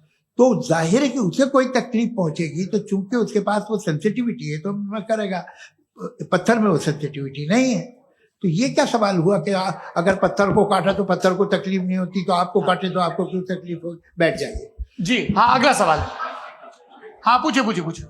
जी जावेद अख्तर साहब, अरे भैया, सब आप लोग मुफ्ती साहब को छोड़ रहे हैं तो मेरे ही पीछे पड़े हैं क्या? फिर चलो बोलो भाई। you asked how God can exist when children die in Gaza. हाँ, You asked how God can exist when children die in Gaza, and you also mentioned the rise of atheism in Europe. But the same events also are leading many atheists and non-believers to turn towards faith. How do you interpret this contradiction, where suffering pushes some away from God, yet brings others closer to belief? देखिए, आपको एक बात बताऊं, दुनिया perfect तो कहीं भी नहीं है, हर जगह कुछ खामियां हैं। बेटा एक मिनट, मैं आप ही को कहेंगे, देखो वो तो कुछ खामियां, कमजोरियां, खराबियां सब जगह है। लेकिन अगर देखोगे ईमानदारी से कि दुनिया सबसे ज़्यादा महज़ब कहाँ है, एक आम शहरी को कहाँ हुकूक हासिल हैं, वो बोल सकता है, अपनी मर्जी से काम कर सकता है, अपनी मर्जी से राय दे सकता है, हुकूमत के ख़िलाफ़ बोल सकता है, बरसरे इख्तिदार लोगों के बारे में बोल सकता है, सरमायादारों के ख़िलाफ़ बोल सकता है। तो आपको ये स्कैंडिनेवियन कंट्रीज़ में मिलेगा, वेस्टर्न यूरोप में मिलेगा। मैं नहीं कह रहा वो परफेक्ट है, बिल्कुल नहीं, वहाँ बहुत खराबियां भी हैं, परफेक्ट तो कोई। लेकिन जिन जिन मुल्कों में, लैटिन अमेरिका देखो, गल्फ देखो, वहाँ पर आपको ये ज़रूर है कि रेप नहीं होते होंगे। रेप की ज़रूरत क्या है भाई? उसको तो ख़रीद लो, घर में रखो, तो सड़क पर रेप करने की क्या ज़रूरत है? मगर सुनिए सुनिए सुनिए, मगर हकीकत ये है कि वहाँ शख्सी आज़ादी राय देने की, बोलने की नहीं है। जी, ये एक आखिरी सवाल मुफ्ती साहब से। हाँ मैम, इनको माइक दीजिए। शुक्रिया। मेरा नाम मनीषा है, मैं हरियाणा से आई हूँ। मैं मुफ्ती साहब से एक बात पूछना चाहती हूँ। आप बार बार जावेद साहब को कॉन्ट्राडिक्ट तो कर रहे हैं कि आपने ये कहा, लेकिन आप भी assumptions के बेसिस पे बात कर रहे हैं। आपने खुदा के होने का कौन सा प्रूफ पेश किया है, खुदा की एग्जिस्टेंस का? अब इस सवाल को अलग रहने दीजिए, कौन एथीस्ट है कौन नहीं है। और दूसरी बात जो आपने एक छोटी सी कही थी कि ये फ्री विल का इस्तेमाल करता है इंसान अपनी, लेकिन इस फ्री विल का इस्तेमाल में मतलब खुदा ने ये दे दी सबको ये इजाजत कि वो कितना घिनौनापन और कितनी ज्यादा खराब से खराब तरीके इस्तेमाल कर सकते हैं। जवाब सुनते जी। आप फ्री विल को मानती है ना, या अब कहती है कि फ्री विल नहीं है ना? मानती है ना? तो अब आपके पास इसका कोई एक्सप्लेनेशन नहीं है कि अगर एक इंसान उस फ्री विल का इस्तेमाल करके गलत काम कर रहा है और बच के अच्छी जिंदगी गुजार के निकल जा रहा है, उसका कोई रिकम्पेंस नहीं है। हमारे वर्ल्ड व्यू में जो इंसान गलत काम कर रहा है उसको भी रिकम्पेंस यानी उसका बुरा बदला मिलना है, और जो सही काम कर रहा है उसको सही बदला मिलना है। लिहाजा जो फ्री विल है वो इस तरीके से है कि एक लिमिटेड टाइम तक खुदा ने मोहलत दी। ऐसा नहीं कि छूट दे दी, जो करना है करते रहो हमेशा। वक्त आएगा जब एग्जाम का टाइम खत्म होगा तब रिजल्ट आएगा, दौराने एग्जाम जबरदस्ती आपको नहीं बताया जाएगा। अरे भाई एक सेकंड, जी, एक सवाल मुफ्ती साहब से मेरा। सर मैम मुफ्ती साहब से जी एक जी, सवाल। हाँ मैम रुक जाइए, आपसे फोन, आप इसके बाद आपसे यही रहेंगे वो। हाँ बोलिए। मैं मुफ्ती साहब एक ही सवाल करता हूँ कि अगर जो हो रहा है फ्री विल से हो रहा है और एक दिन बरोज़ क़यामत इंसाफ होगा मैशर में वगैरह वगैरह, तो दुआ क्यों मांगते हैं लोग? दुआ मांगते हैं इसके मतलब है अभी भी उसने ये डिपार्टमेंट रखा है कि मैं रोजमर्रा की जिंदगी में बिल्कुल बिल्कुल ही कैन। तो तुम कैन हो, तुम मुझे नौकरी दिला देते हो, मेरे बेटे को ग्रीन कार्ड दिला देते हो, और 45,000 बच्चे मरते हो उन्हें रोकते नहीं हो। नहीं तो क्या आप ये कह रहे हैं कि इस दुनिया में जालिमों को कभी पकड़ ही नहीं होती है? अरे जो भी पकड़ होगी वो बच्चे रोते हैं। बिल्कुल, देखिए मैंने अपने ओपनिंग स्टेटमेंट में यही कहा था कि जनाब जावेद साहब सिर्फ इमोशनल आर्गुमेंट देंगे। This is an emotional argument. ये छोटे मोटे इसके पीछे का रीजन मैंने बताया क्या है, देखिए इसके पीछे का विजडम क्या है मैंने बताया। मंच से आप लोगों को सज्जनों इसलिए कह रहा हूं ताकि थोड़ा सा आपके कॉन्शियंस पे जोर रहे कि आपको ऑर्डर बचा के रखना है। वक्त तय हुआ था, ये वक्त पूरा हुआ, आपने इतने धैर्यपूर्वक सुना, मैं आप सबका बहुत बहुत शुक्रगुजार हूं। यदि इन दोनों विद्वानों की इच्छा होगी तो कभी हम इस बातचीत का राउंड 2, राउंड 3, यही तो देखिए खूबी है इंसान की कि बहस मुबाहसे में वो पड़ा रहता है। आप लोगों ने बड़े धैर्य का परिचय दिया, बहुत बहुत शुक्रिया। इसी के साथ ये बातचीत आप लोग को मैं एक बात बता दूं, ये सारी बहस हो गई, अब मुफ्ती साहब और बड़े मुफ्ती साहब इन साथ के साथ मैं खाना खाने वाला हूँ।